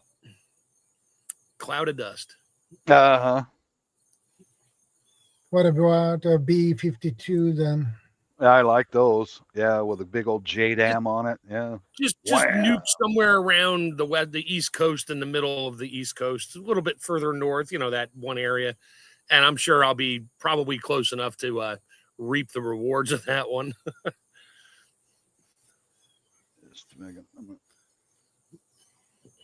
Just a second. Yeah, okay, no problem. Yeah. I don't know. I think some folks get too involved, and the government is going to do something to me, on and on. It's like, man, no, don't be afraid of the government too much, because they're pretty incompetent. I mean, a lot of the people are incompetent. They work for the government because they get fired from a private job because they're an idiot. The best thing you can do is just try to be as prepared as possible in it. Yeah, that's just all try you to can keep do. just keep your head down, go to work, do what you got to do. You got to be aware of things, but you don't have to get too worried. Like some people just take it too far. Exactly, elusive. Just be yourself, man. Don't if you start changing your patterns and all that, then that might send up a flag to take a second look at this guy. If you change your pattern, change it slowly. Yeah. Mm-hmm.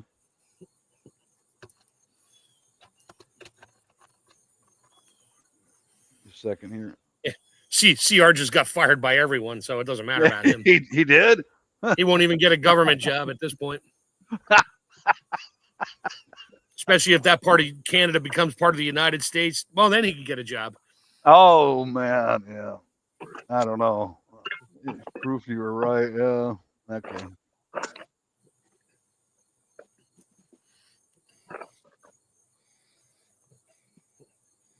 I've done that. Vanessa Kitty said that. I specifically seed my internet ads by searching for specific scientific equipment. Then you get all the ads for whatever you're really looking for. Yeah. Yeah. Yeah, I think I mean, honestly, I'm pretty freaking vanilla, man.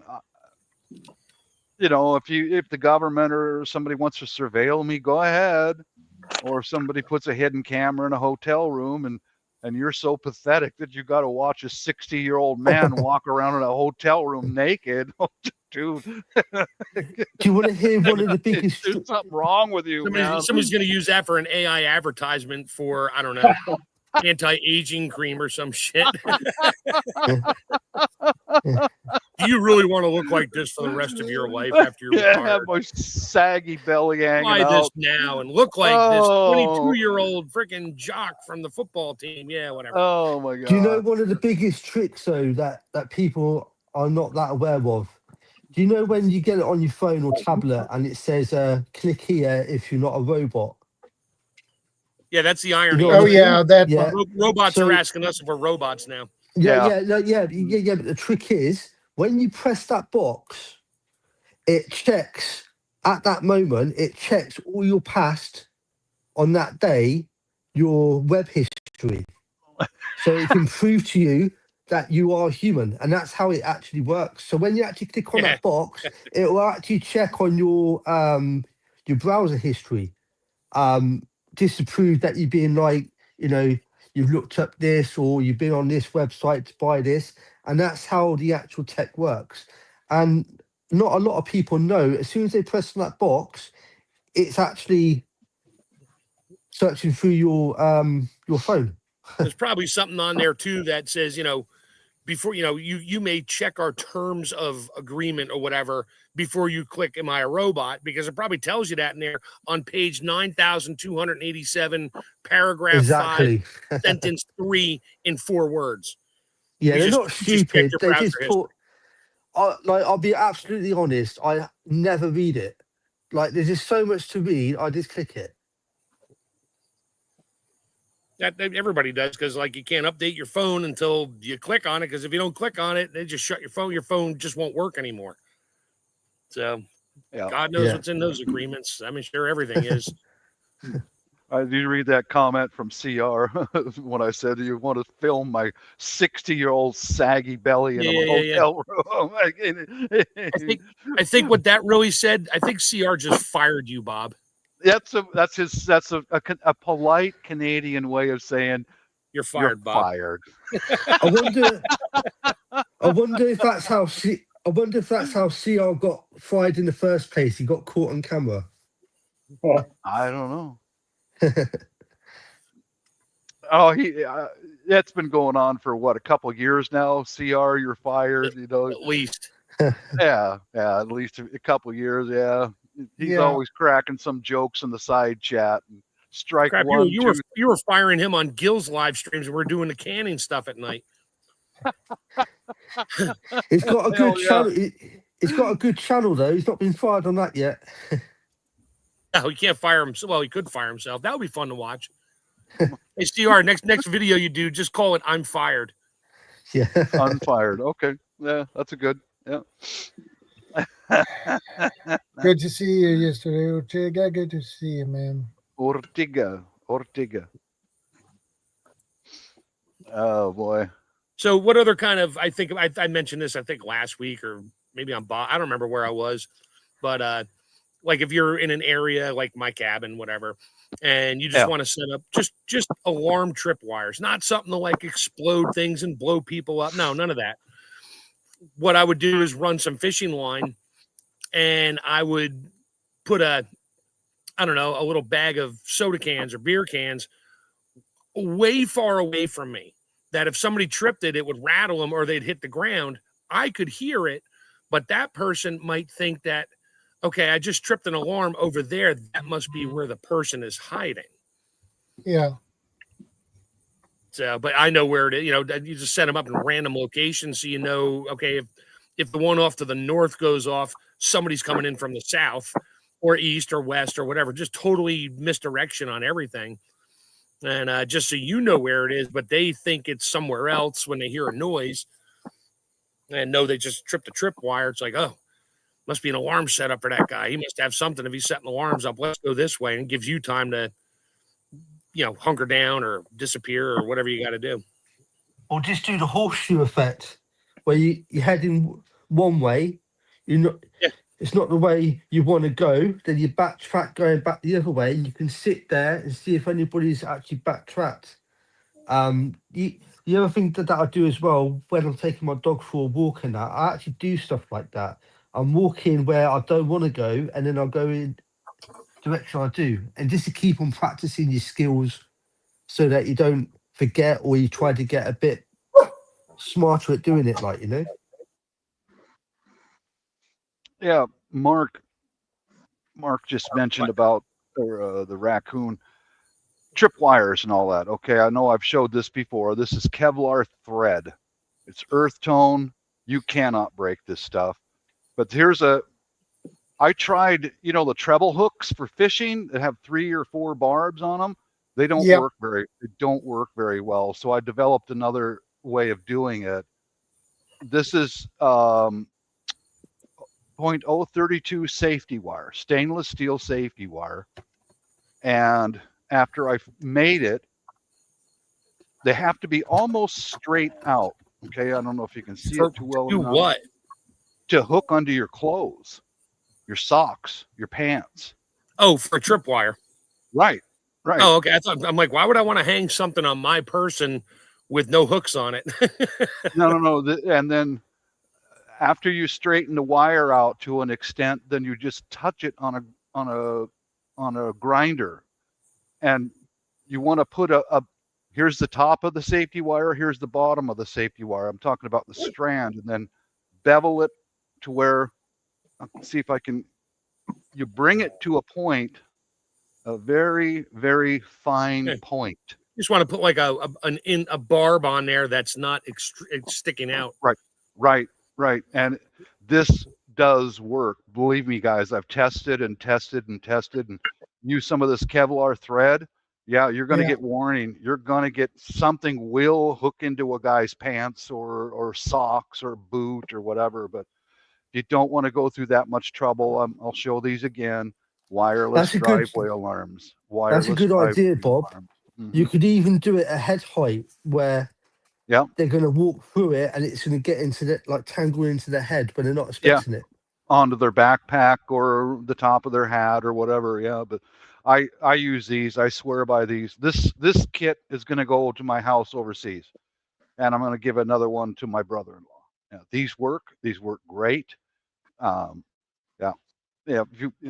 What I thought of doing with these, the hooks, is you put a piece of Kevlar thread and hook it to a big crotal bell, onto a bell that gets pulled off of a branch. Now it's hooked on his pants. He's running around dragging a bell. Yeah, dragging a bell. Bing, bing, bing, bing, bing, bing, bing. And now he's got to stop what he's doing and get that off of him, and before he can continue. If you think about it, if somebody's traveling through an area they shouldn't be, thinking there might be a tripwire somewhere, where are they looking? They're looking towards the ground. They're not looking 3 or 3.5, 4 feet off the ground like a spider web. That's right. They're looking down. So they're looking down and they wind up stuck in one. Yeah, all bets are off. Yeah, that's why so many times, I'm sure you've done this before, Elusive, you're a hunter. When you're walking through the woods, my eyes are on the ground. I'm tracking, looking, and I'll walk right into a great big orb spider's web, not even looking at it because I'm looking at the ground. If you get something about that level, hook a guy on the hat and, or skin or whatever. Yeah. Another thing that I do as well, if I'm camping, then I'll get a load of dead wood and I'll put it around certain, where you can see where people could walk through. I'll just put scattered broken bits of wood. So at night time, if anything comes through, it'll break the wood. So it's just something really like basic. On my front gate, I've got 2 bells on my it's only 2 small bells. So when somebody comes through the gate, they're not expecting it, and it sends off the 2 little bells. So I know there's someone there as well. Yeah. And if you put 2 bells, you put one where if they look over the gate, they can see one of them and go, "Oh, there's a bell there. Let me hold on to that so it doesn't make a noise." And the other one goes off anyway. Yeah, on my gate, they're too low down. So if they're going to reach over, I've got cameras there anyway. So even if they came through the gate, it'll set off the sensor on my camera because I've got like a sensor alarm inside the house. But I just keep the bells as low down on the gate because they're not expecting for bells to be there. But yeah, it's a good idea. If you have 2 bells, then keep one as low as possible in it. Yeah, I'll show you. I had to teach my daughters a long time ago. At night, they love to leave their shades open, their blinds open. And I'd go out in the street to walk the dog. I'd look up. There's my daughter standing in the middle of her bedroom. I go inside. I was like, "Close your shade." Why? Nobody can see me. It's dark out. I'm like, "Come on outside." Yeah, I brought him outside, made him look. I'm like, "You're in the spotlight. The reason you can't see out is because of the reflection of your own light on your glass. You can't see it. It's dark out there. Everybody can see you." Well, that freaked them out right away because I dragged them all outside. Told my wife, I was like, just stand in the front room there.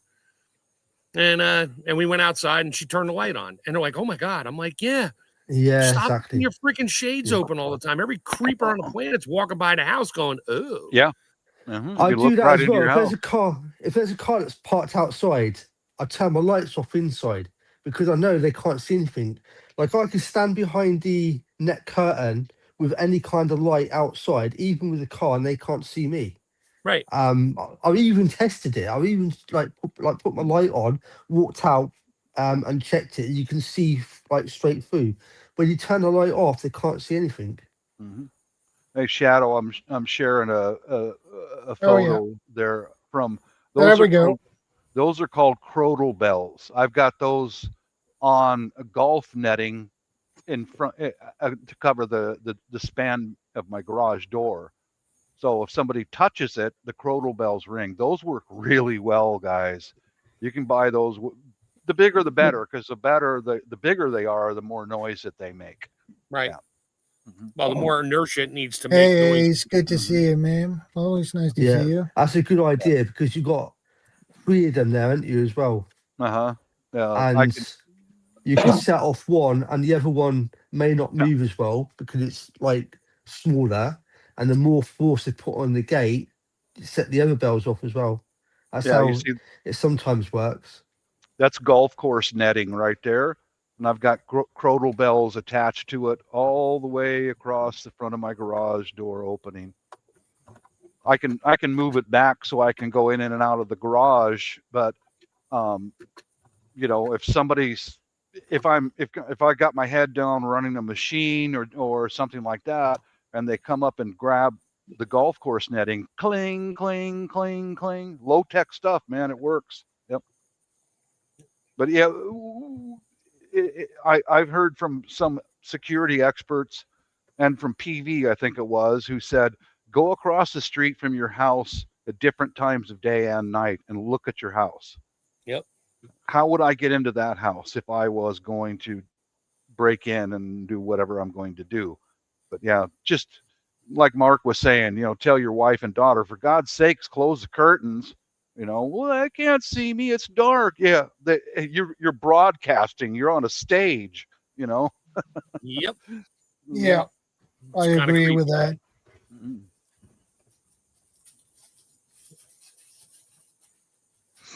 Hey, Liberty. Good evening or good afternoon. Hey, Liberty Garden. Good to see you again.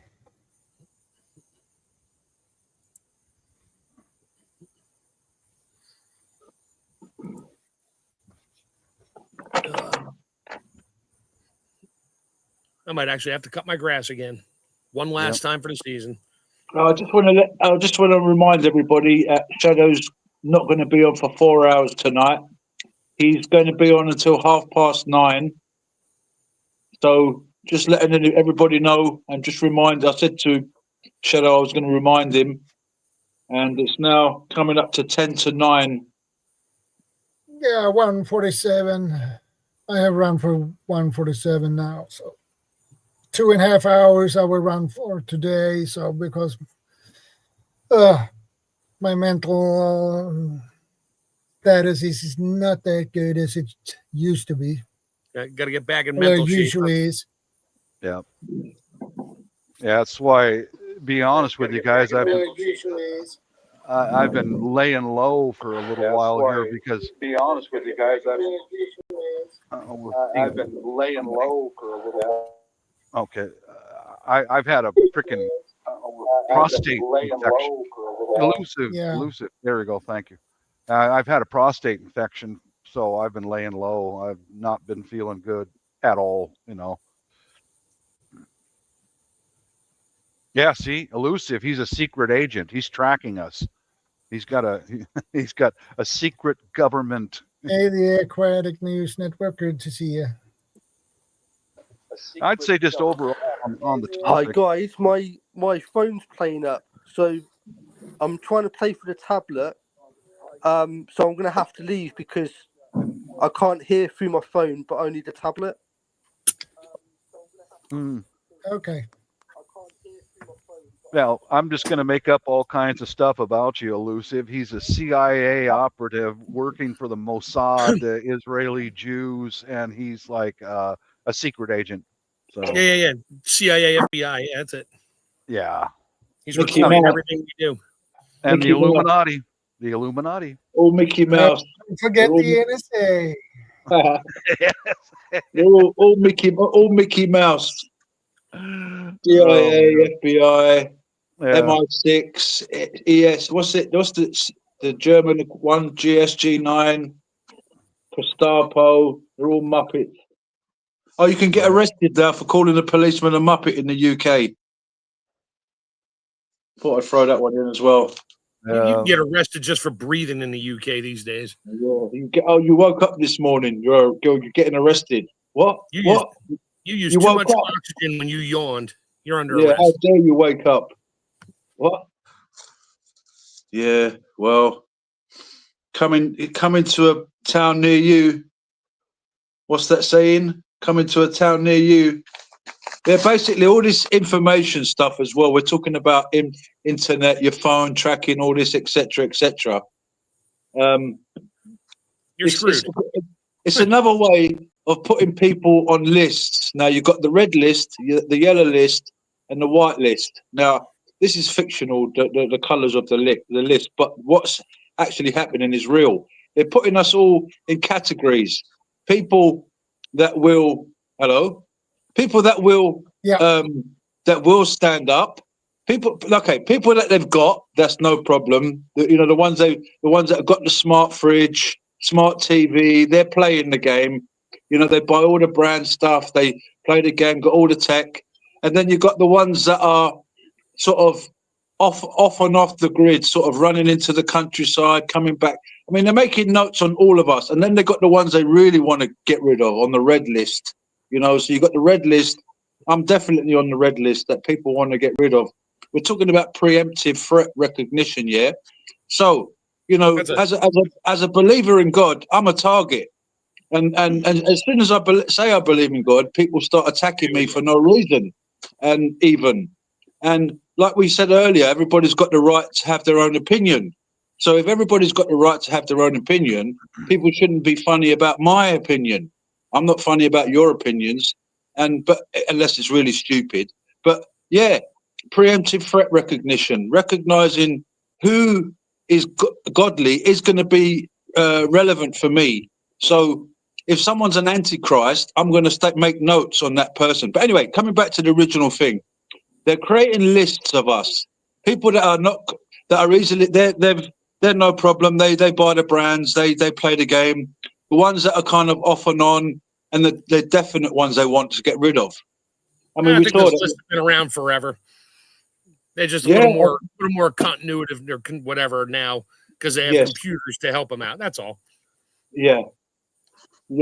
Oh, this one's just a sort of a kind of he's a believer, but he's not so dangerous. But this one, he's got a lot of faith. He's really dangerous. Let's watch this one, because and like you said, they've been watching out for those ones for thousands of years. Since the days of the prophets, who were warning them that they've gone off track. These kings. These kings and these people that I don't think the kings are part of the counter-surveillance. They're doing such a bad job on the world, on the management, that they have to cull people.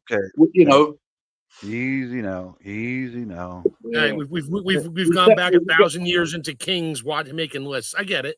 Yeah. Counter-surveillance is more our counter-surveillance, but we're watching out. I'm just making notes on the devils out there. Who's around me that is devils? Who's around me that is evil? Who's around me who's antichrist? So you know what I do is, like, an example is, I'm prepared for home invasions, robbery, all that. And I'm not a moron. Some people will say, well, if someone comes in my house, I'll just shoot them. Don't do that, because all this stuff that you're involved in online is recorded somewhere. Yeah, even StreamYard, we're here. Hello. Yeah, it can all be subpoenaed, and so my normal answer online is, if someone breaks into my house intending to do us harm, I'm going to try to get out of there first, and that's a fact. That is a true fact. I'm going to try to get the heck out of the house. You can have what's ever in the house, but get the people out. Because it's not worth going to prison for the next 15 years. What's he going to do? Pick up my and steal it? I'm not going to kill a man over a microwave. Crazy, No. Yeah, in the UK, it's crazy. It's got crazy. People were getting arrested for defending their homes. Oh, you beat up for hanging up a flag. Come on. You beat up the burglar. Yeah, but he was trying to burgle my house. Yeah, but you beat him up a bit too much. Yeah, but my wife and kids were there. Well, yeah. Oh well. You could have beat him up lightly. Well, he was trying to kill me. Had to defend myself. Mm. Yep. Yeah, I'm just kind of careful about what I say because, especially if you take a life, dude, everything you've been doing for the last how many years is going to be presented as evidence. Oh yeah. That's one of the first things they teach in gun safety. What's the last thing you want to do? Yeah. Pull the trigger. Oh, Exactly. yeah. That's That is the last literally thing the you last want thing to you do, want man. to do. In martial You never arts, want to have to do that. Same in martial arts, they train you and train you, and you can't fight. What? Yeah, there's You in lost some me on that. cases. Yeah, it's Well, yourself. It's a defense, not an offense. in some cases, don't use it as don't misuse it basically. And if you have to use it, then use it. But yeah, it's self-defense class, not offense class. some of the older arts, Exactly. they had little chains, little necklaces that you put on to remind you to not use it. Especially if you've made an oath with that. I think they showed an example of one of those necklaces in one of Bruce Lee's films, where he made an oath to his master and he had to wear a special necklace. I don't know if you guys anyone remember that movie. Well, anyway, he was in a situation where he was watching his workmates get beaten up time and time again, and then I think he actually either ripped off the necklace or someone ripped off the necklace, and then that enabled him to go into fighter mode. It's a crazy. Anyway, Yeah, that's a little bit off topic, but okay. Well, we all get there sometimes, don't we, Mark? A little bit off topic, but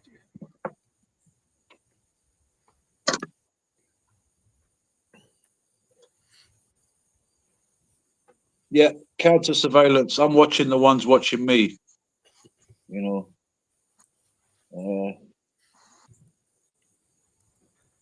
hey, Brian, good to see you. Making notes on all the stuff they're doing. They're making notes. We should be making notes and collecting evidence on them. All the atrocities they've done, all stuff that they've done.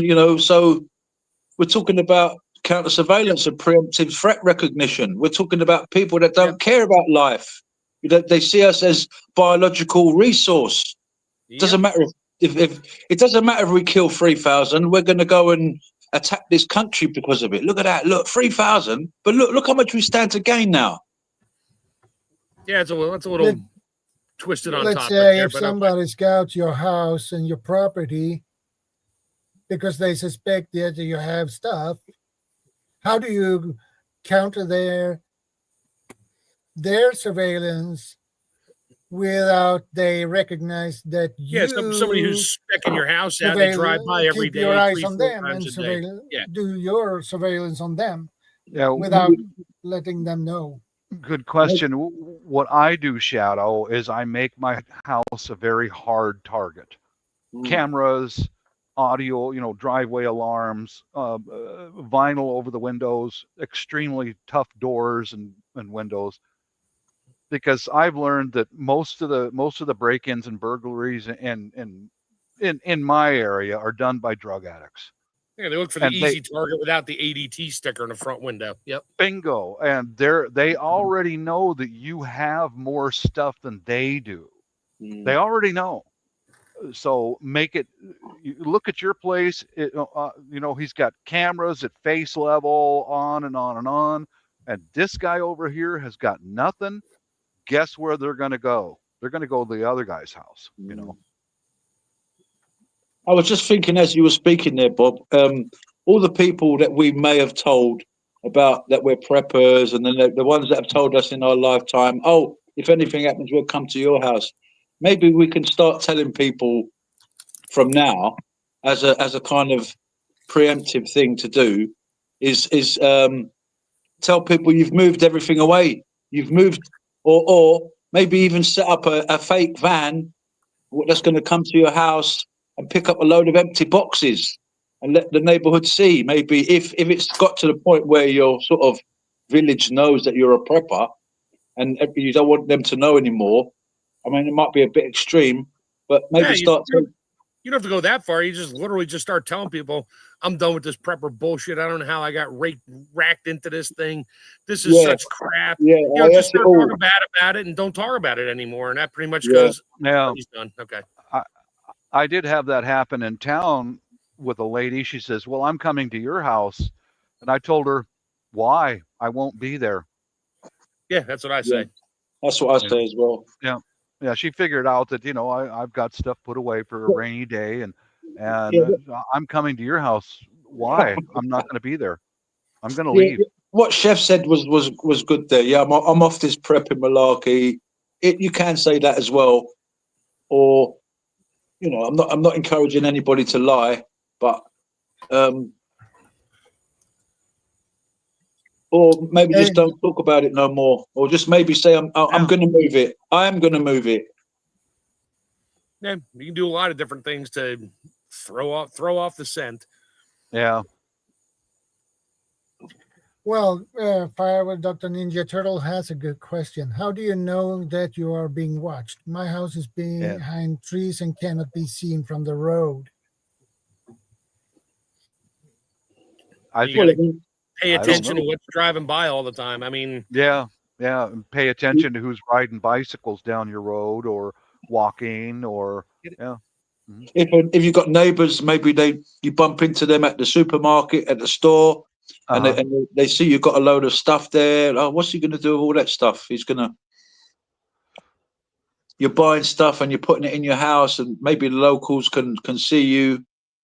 Oh, Bob bought a load of fencing stuff. He's bought a load of this stuff. He's, wonder what they're going to do over there. They might wander around after.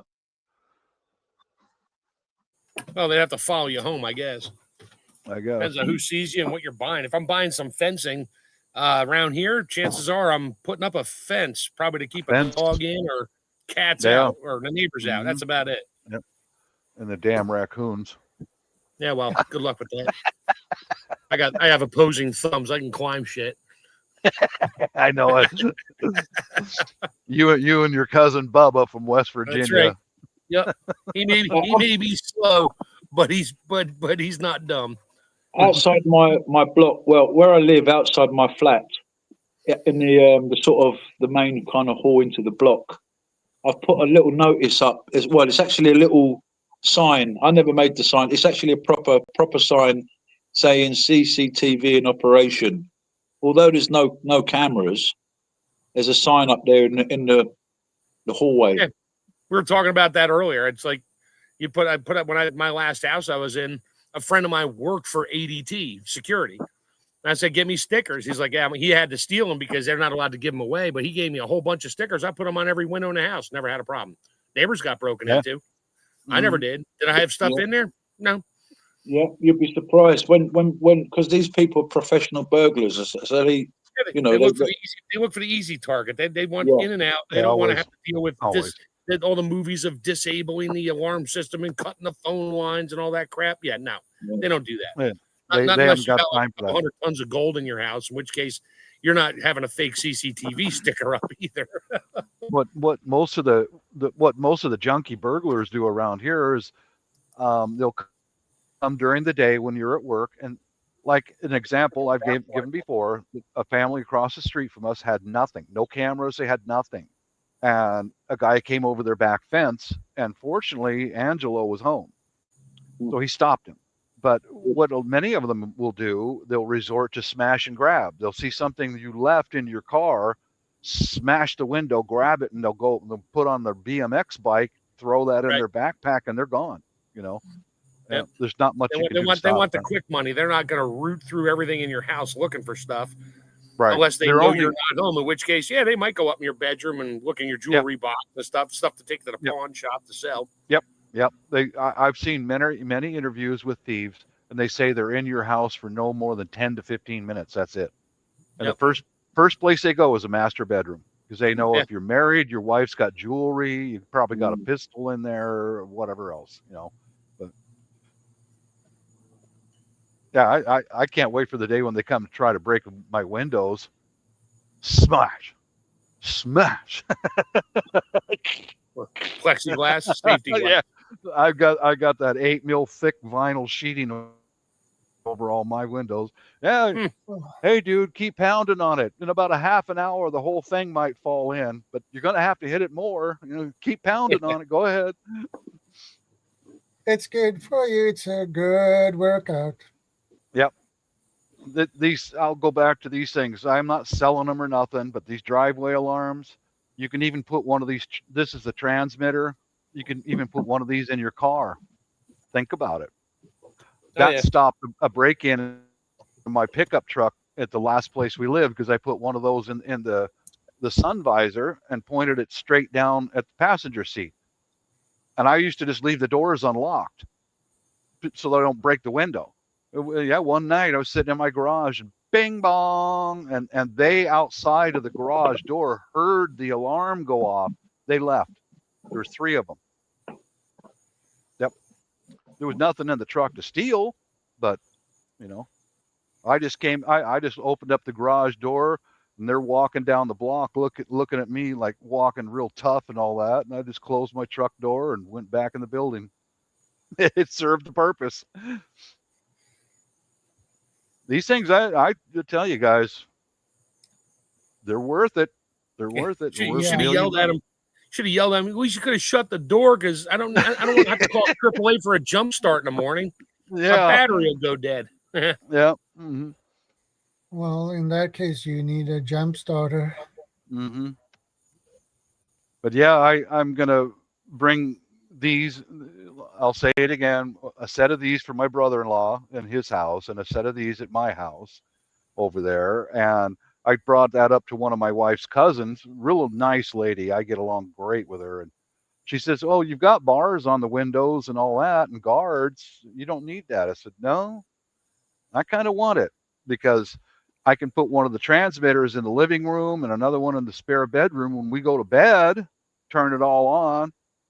And if somebody does get through all that, bing bong, I know that someone's moving around in the house." Unless it's a raccoon that got in. That's son of a.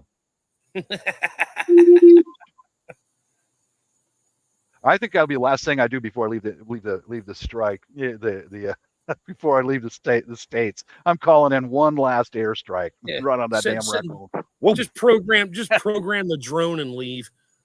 Yeah. A mysterious explosion in New England this afternoon. An Air Force drone dropped a bomb.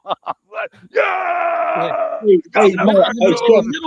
In the middle of the woods, no less. Jeff, is your cabin in the woods? Yes, it is. Have you ever been tempted to get some loudspeakers and maybe get the sound of, I don't know, the Bigfoot or some what's some music that the army might play to the enemy in Vietnam? No. Yeah. An annoying mother-in-law. That's what you want to broadcast, Yeah. Well, okay. Yeah. In which language? In which language, Bob? Well, it'd be English for the States. Now, I told him, but he didn't listen to me. We need CR's voice for that. I would leave.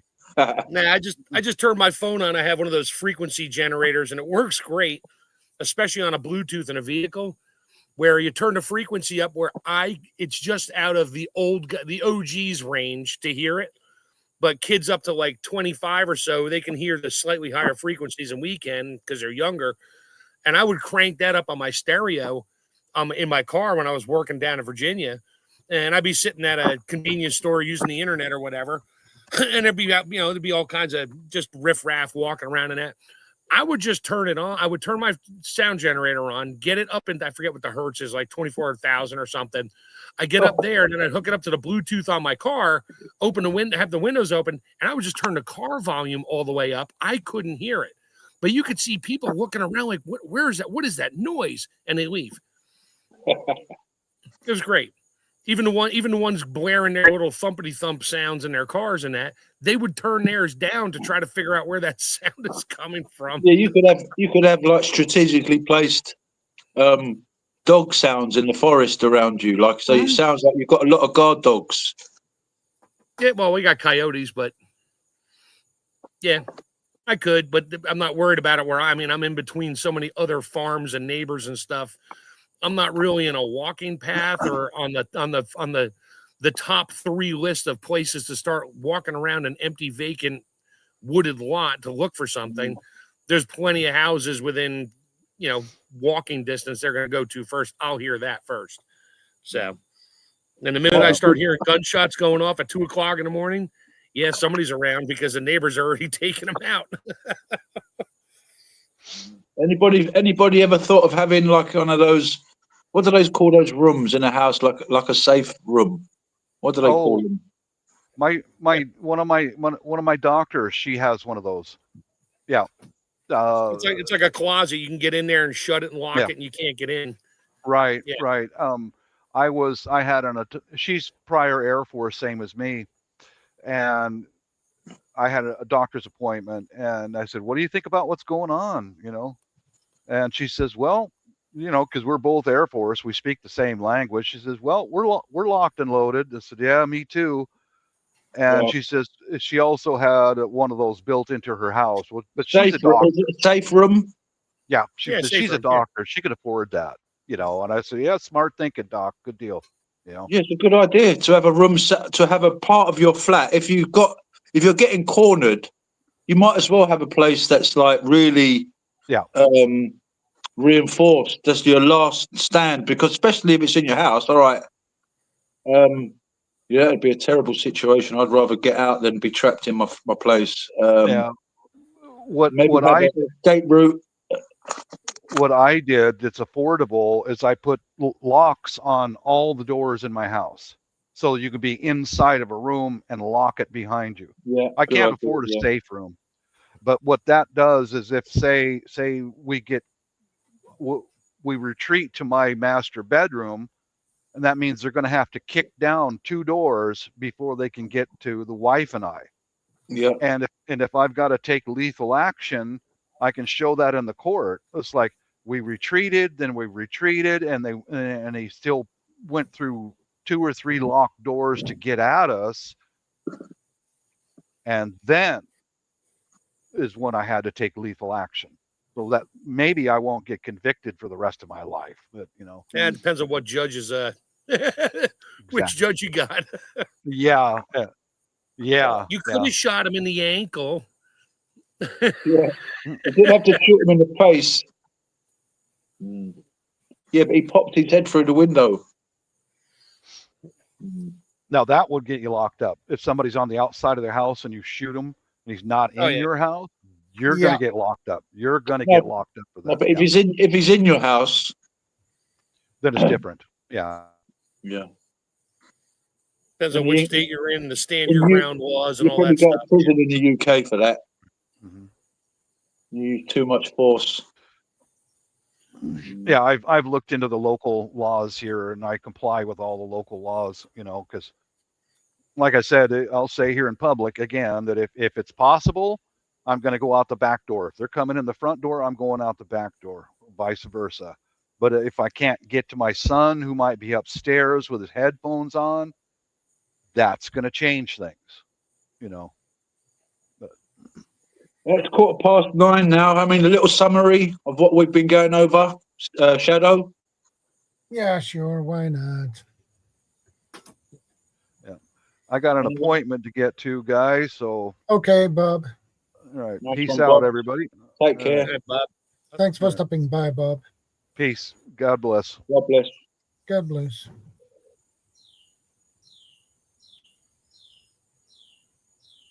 Yeah, I suppose it's just try not to play the game. Try not to, always be vigilant. Beware of crowded areas, all the usual stuff. Keep your head on a swivel. Keep an eye out for people who not belong there and behave suspiciously. Like to say it, prep, pray, stay out of the way. Yeah. Good point. Hey, Mike. Oh, sure. You come on for the last 15 minutes, Mike. We see how you are. Hey, Mike. You didn't know this was a short one today, did you? No, I didn't know. Was it supposed to be a short one? Yeah, we're done here in about 15 minutes. Right. Okay, that's an unusual one. We forgive you. Yeah, Then you've got my 15 minutes, mental Mike. status is not that good today, so Okay. Get it in there, Mike. Come on, that's Mike. why. 15 Come on, minutes. What do you want from me in 15 minutes to Right, reel? preemptive threat recognition. Oh, so we're talking about Counter-surveillance and situational awareness and stuff. Yeah. Yeah, basically. Well, yeah, that's kind of like that's massive to me at the moment because I'm in Manchester and we obviously know what's been happening there. So we've had an increase in police force and an increase in protests and an increase in everything. So threat recognition, yes, very important because when it's on your doorstep, you don't know. Oh. Yeah, I reckon someone's just stirring things up behind the scenes.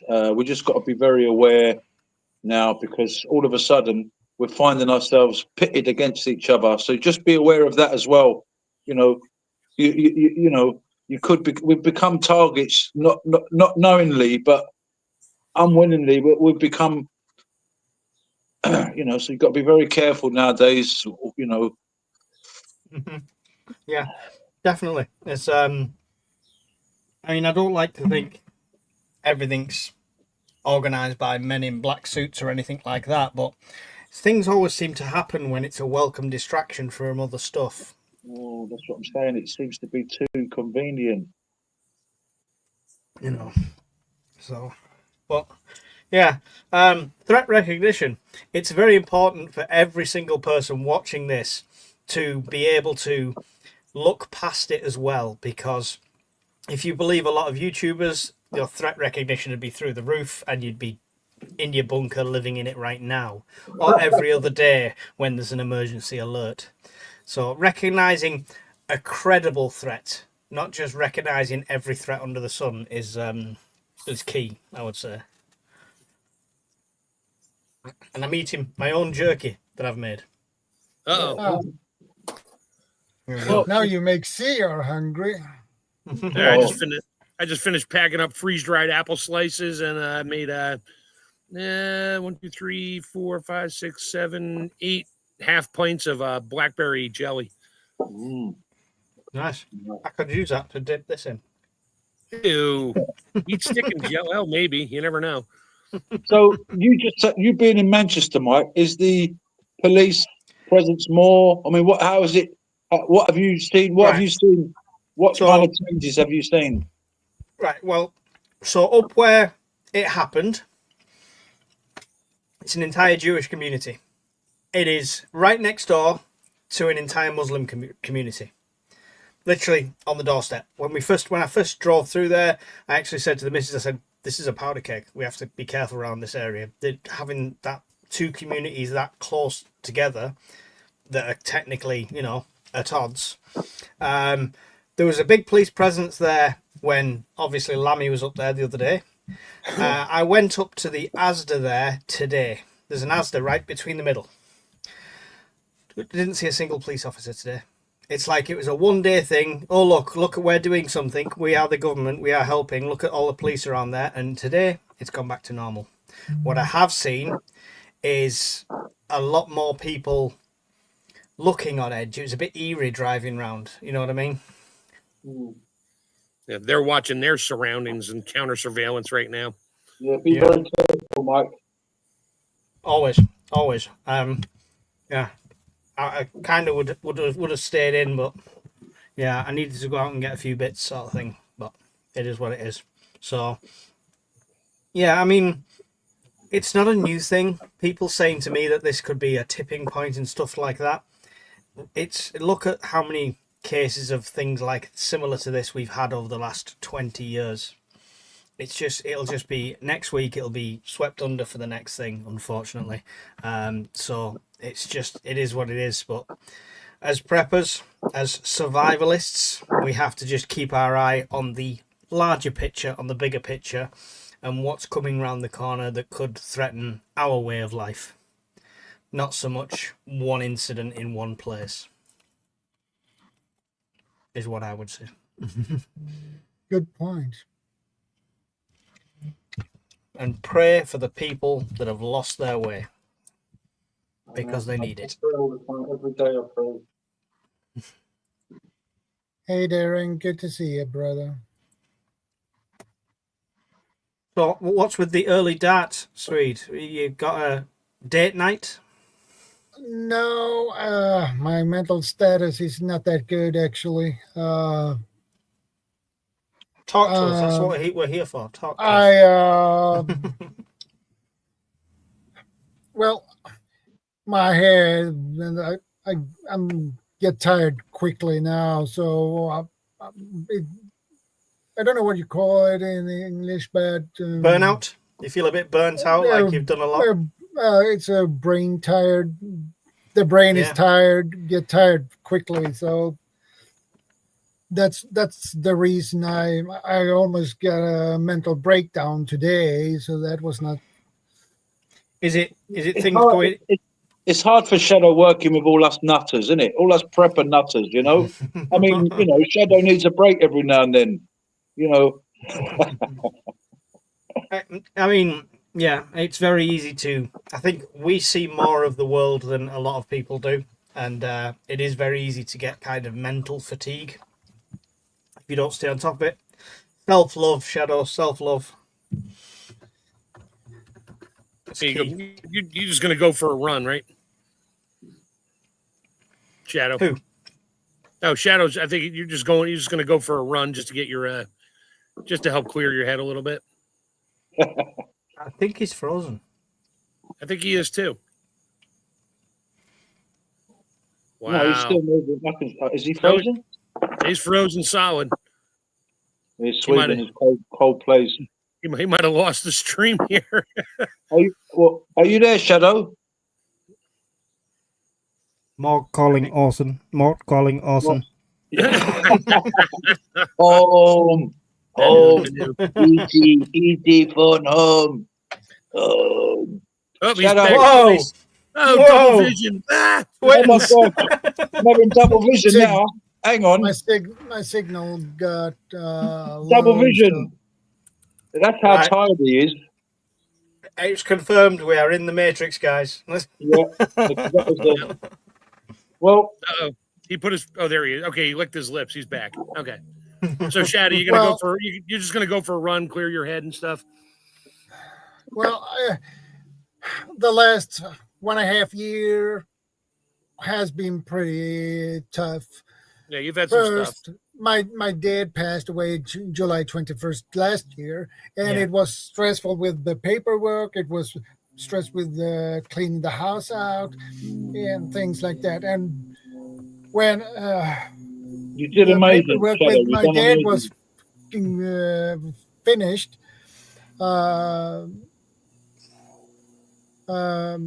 it was beginning to settle down and come down. And then in March 28th, my mother passed away, and it has been so stressful. Now when everything begins to settle down again, now everything comes. People deal with it in different ways. I think my way is distraction. When I'm in a place like that, you'll suddenly see me uploading 7 or 8 videos a week instead of 1 or 2, because it's keeping the mind away from the things I don't want to think about. There was also a loss of a child as well, Shadow, wasn't there? Was there a loss of a child? No, I don't think so. No. No. No. One of your sister? No, okay, someone else. Sorry. Well, Shadow, you've done amazing, brother. You know, you've done amazing, and then you've done the show as well. We appreciate you, Shadow, and yes, get the rest. Get a cup of tea on, get your feet up. It's like you've got. Anthony, good to see you. Hey, Susan, good to see you. Just be very careful out there, guys and girls. You know, if you have to go, do I have to go out? Am I going out? You know, do I really need to go out? You know, maybe just have a little quick think before you do go out, and then if you do go out, make sure you're careful with crowds. Make sure you're careful at night time, how you're coming home. If you're a lady, especially be careful in the night time. To always tell other people where you're going, what time you're coming back. Just think ahead, guys. Yeah. And there's a few minutes left, Shadow. You might have already asked this, or got over this. So I do apologise for repeating myself, but I want to ask everyone on the panel here: the preemptive threat recognition. Do you have something that you will do? So imagine it's an SHTF situation. Visually to the outside, will your house change? Are you going to board up windows and doors and stuff like that, or will it look exactly the same from the outside? I probably leave mine pretty much, except for, and I've said this before, depending on the threat level, how far it's gone in, if there's roving gangs and stuff, I may literally take my front door off the hinges, lay it on the ground, throw trash out the front door, in front of the front door, and just block myself into other parts of the house. That way, if somebody's walking by or a roving gang, they're gonna be like, "Oh, somebody already got to that place. Let's go to the next one." Yeah, buy myself a little bit of time. Or that could become an easy target for people that want to squat somewhere. Well, there's so many houses around here. I don't think my house is a squatter's paradise. They're not going to go walking past 400 other houses to come to mine because the door's off the hinges. Right. So I'd say I'll just kick my house. If it's an SHTF situation, I would have a blackout. Basically, I'm not in. Yeah. My lights are on. But you wouldn't change anything. But you hang black plastic behind it, so it looks like there's curtains up, and you're not blacking it out. Yeah. So you wouldn't change anything on the front facing. So no. Yeah, I'm just wondering if people are running outside with rolls of razor wire and sandbags. If you start putting out the rolls of wire, the only thing about that is then you're letting them know that there potentially is something inside that's worth getting to. If you fortify something, put rolls of wire around my abandoned neighbor's house. That way, they're going to go there first. Although having barbed wire around your house is a good thing in some ways, but if it's all of a sudden gone up when there's SHTF situation happening, then people are going to see that as a difference and say, and earlier before you came on, Mike, we were saying how to start putting people off the idea that you're all the people that you've told you're a prepper, Mike. If you start telling them, "No, I'm not into that no more," like Chef said earlier, I was saying maybe you could sort of start telling people, "Well, I've moved all my stuff," or "I'm not into prepping anymore." It made me bankrupt. Nothing ever happened. This is crap. I can't believe I fell for it, and throw the rest of the world off that. Just to the fact of shit, Mike's out of it. Damn it. Oh well. Yeah, I'll come to your house line is getting old with people. But I mean, the people, it was a risk assessment. I think everyone before they go on YouTube had to do of saying, I'm going to put my face out there. I'm going to be telling people I do this. I think the reward was worth the risk for me to get more people into it, and it's not like I'm being followed by my neighbours anyway. I'm not making a big presence of myself outside. I'm out. I'm in my car. I'm gone. So no one would recognise me in the immediate area. So, and anyone that thinks they're going to travel past who knows how many houses, who knows how many derelict shops to try and take my beans when they know I'm ready for something like that, has probably got a death wish anyway. Just saying. Yep. Maybe start thinking about all the stuff you kept in your garden to start moving it, because in an SHTF situation, people tend to sort of shop ahead. Maybe thieves shop ahead and say, "Oh, that guy! I did notice last time I walked past there was a lawnmower in the garden." Yeah. Or so maybe start sort of clearing out your garden of your stuff. Remove any appeal. Your garden's in the front yard. Yeah, that might be a problem. Well, around the corner from me, there's somebody who has... So the houses have like a driveway that goes up right past the house, on the side of the house. So you could have a garage or you don't. He doesn't. But where his driveway is, as soon as he gets to the house and back, is an entire ecosystem of food. You can see that he's growing his own tomatoes, absolutely everything. And it's on display. You drive past, you could see it all on display. Cool. Here's like a big neon sign saying fresh food pantry right here at this house. So I'll keep an eye on his house. When they're raiding his garden, I'll know the threat is nearby and I can move. Yeah. That's my surveillance point. Well, Guardian Fitness is put there. Why do you need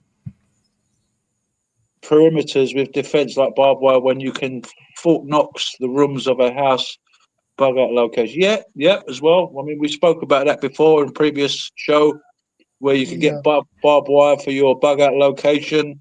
Yeah, the question was more because the reason I was asking if you put stuff outside and stuff is because of this is preemptive threat recognition.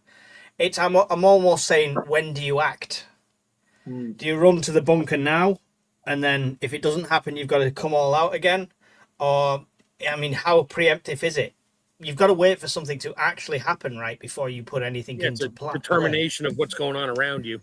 Yeah, which should get you onto a higher state of awareness and a higher state of alertness.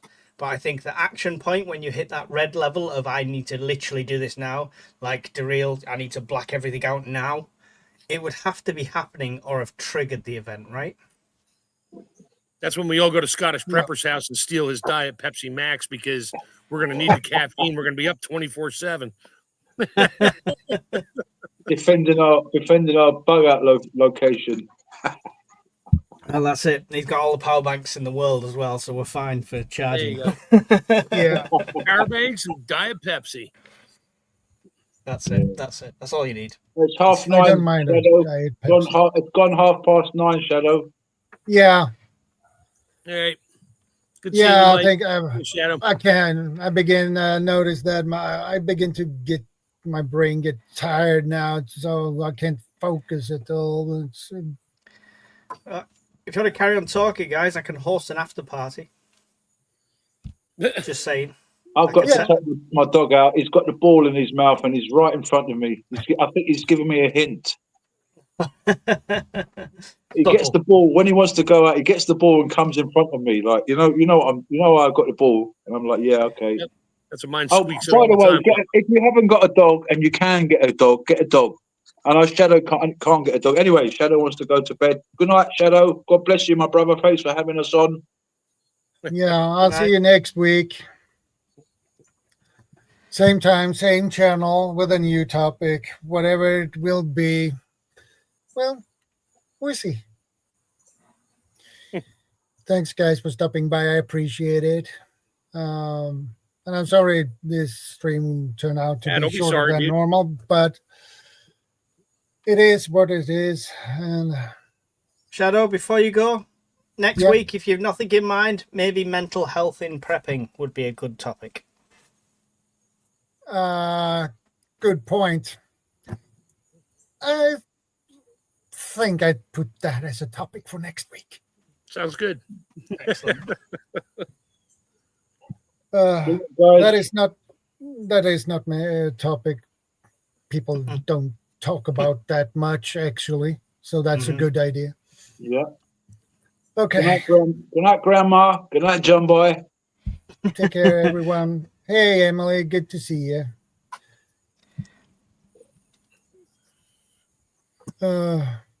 Thank you, Ace. I appreciate it. And if you missed the beginning of the stream, well, you can always watch the replay. Thank you. And I will see you next week. Stay safe. God bless. God bless everyone. Be part of the solution, not the problem.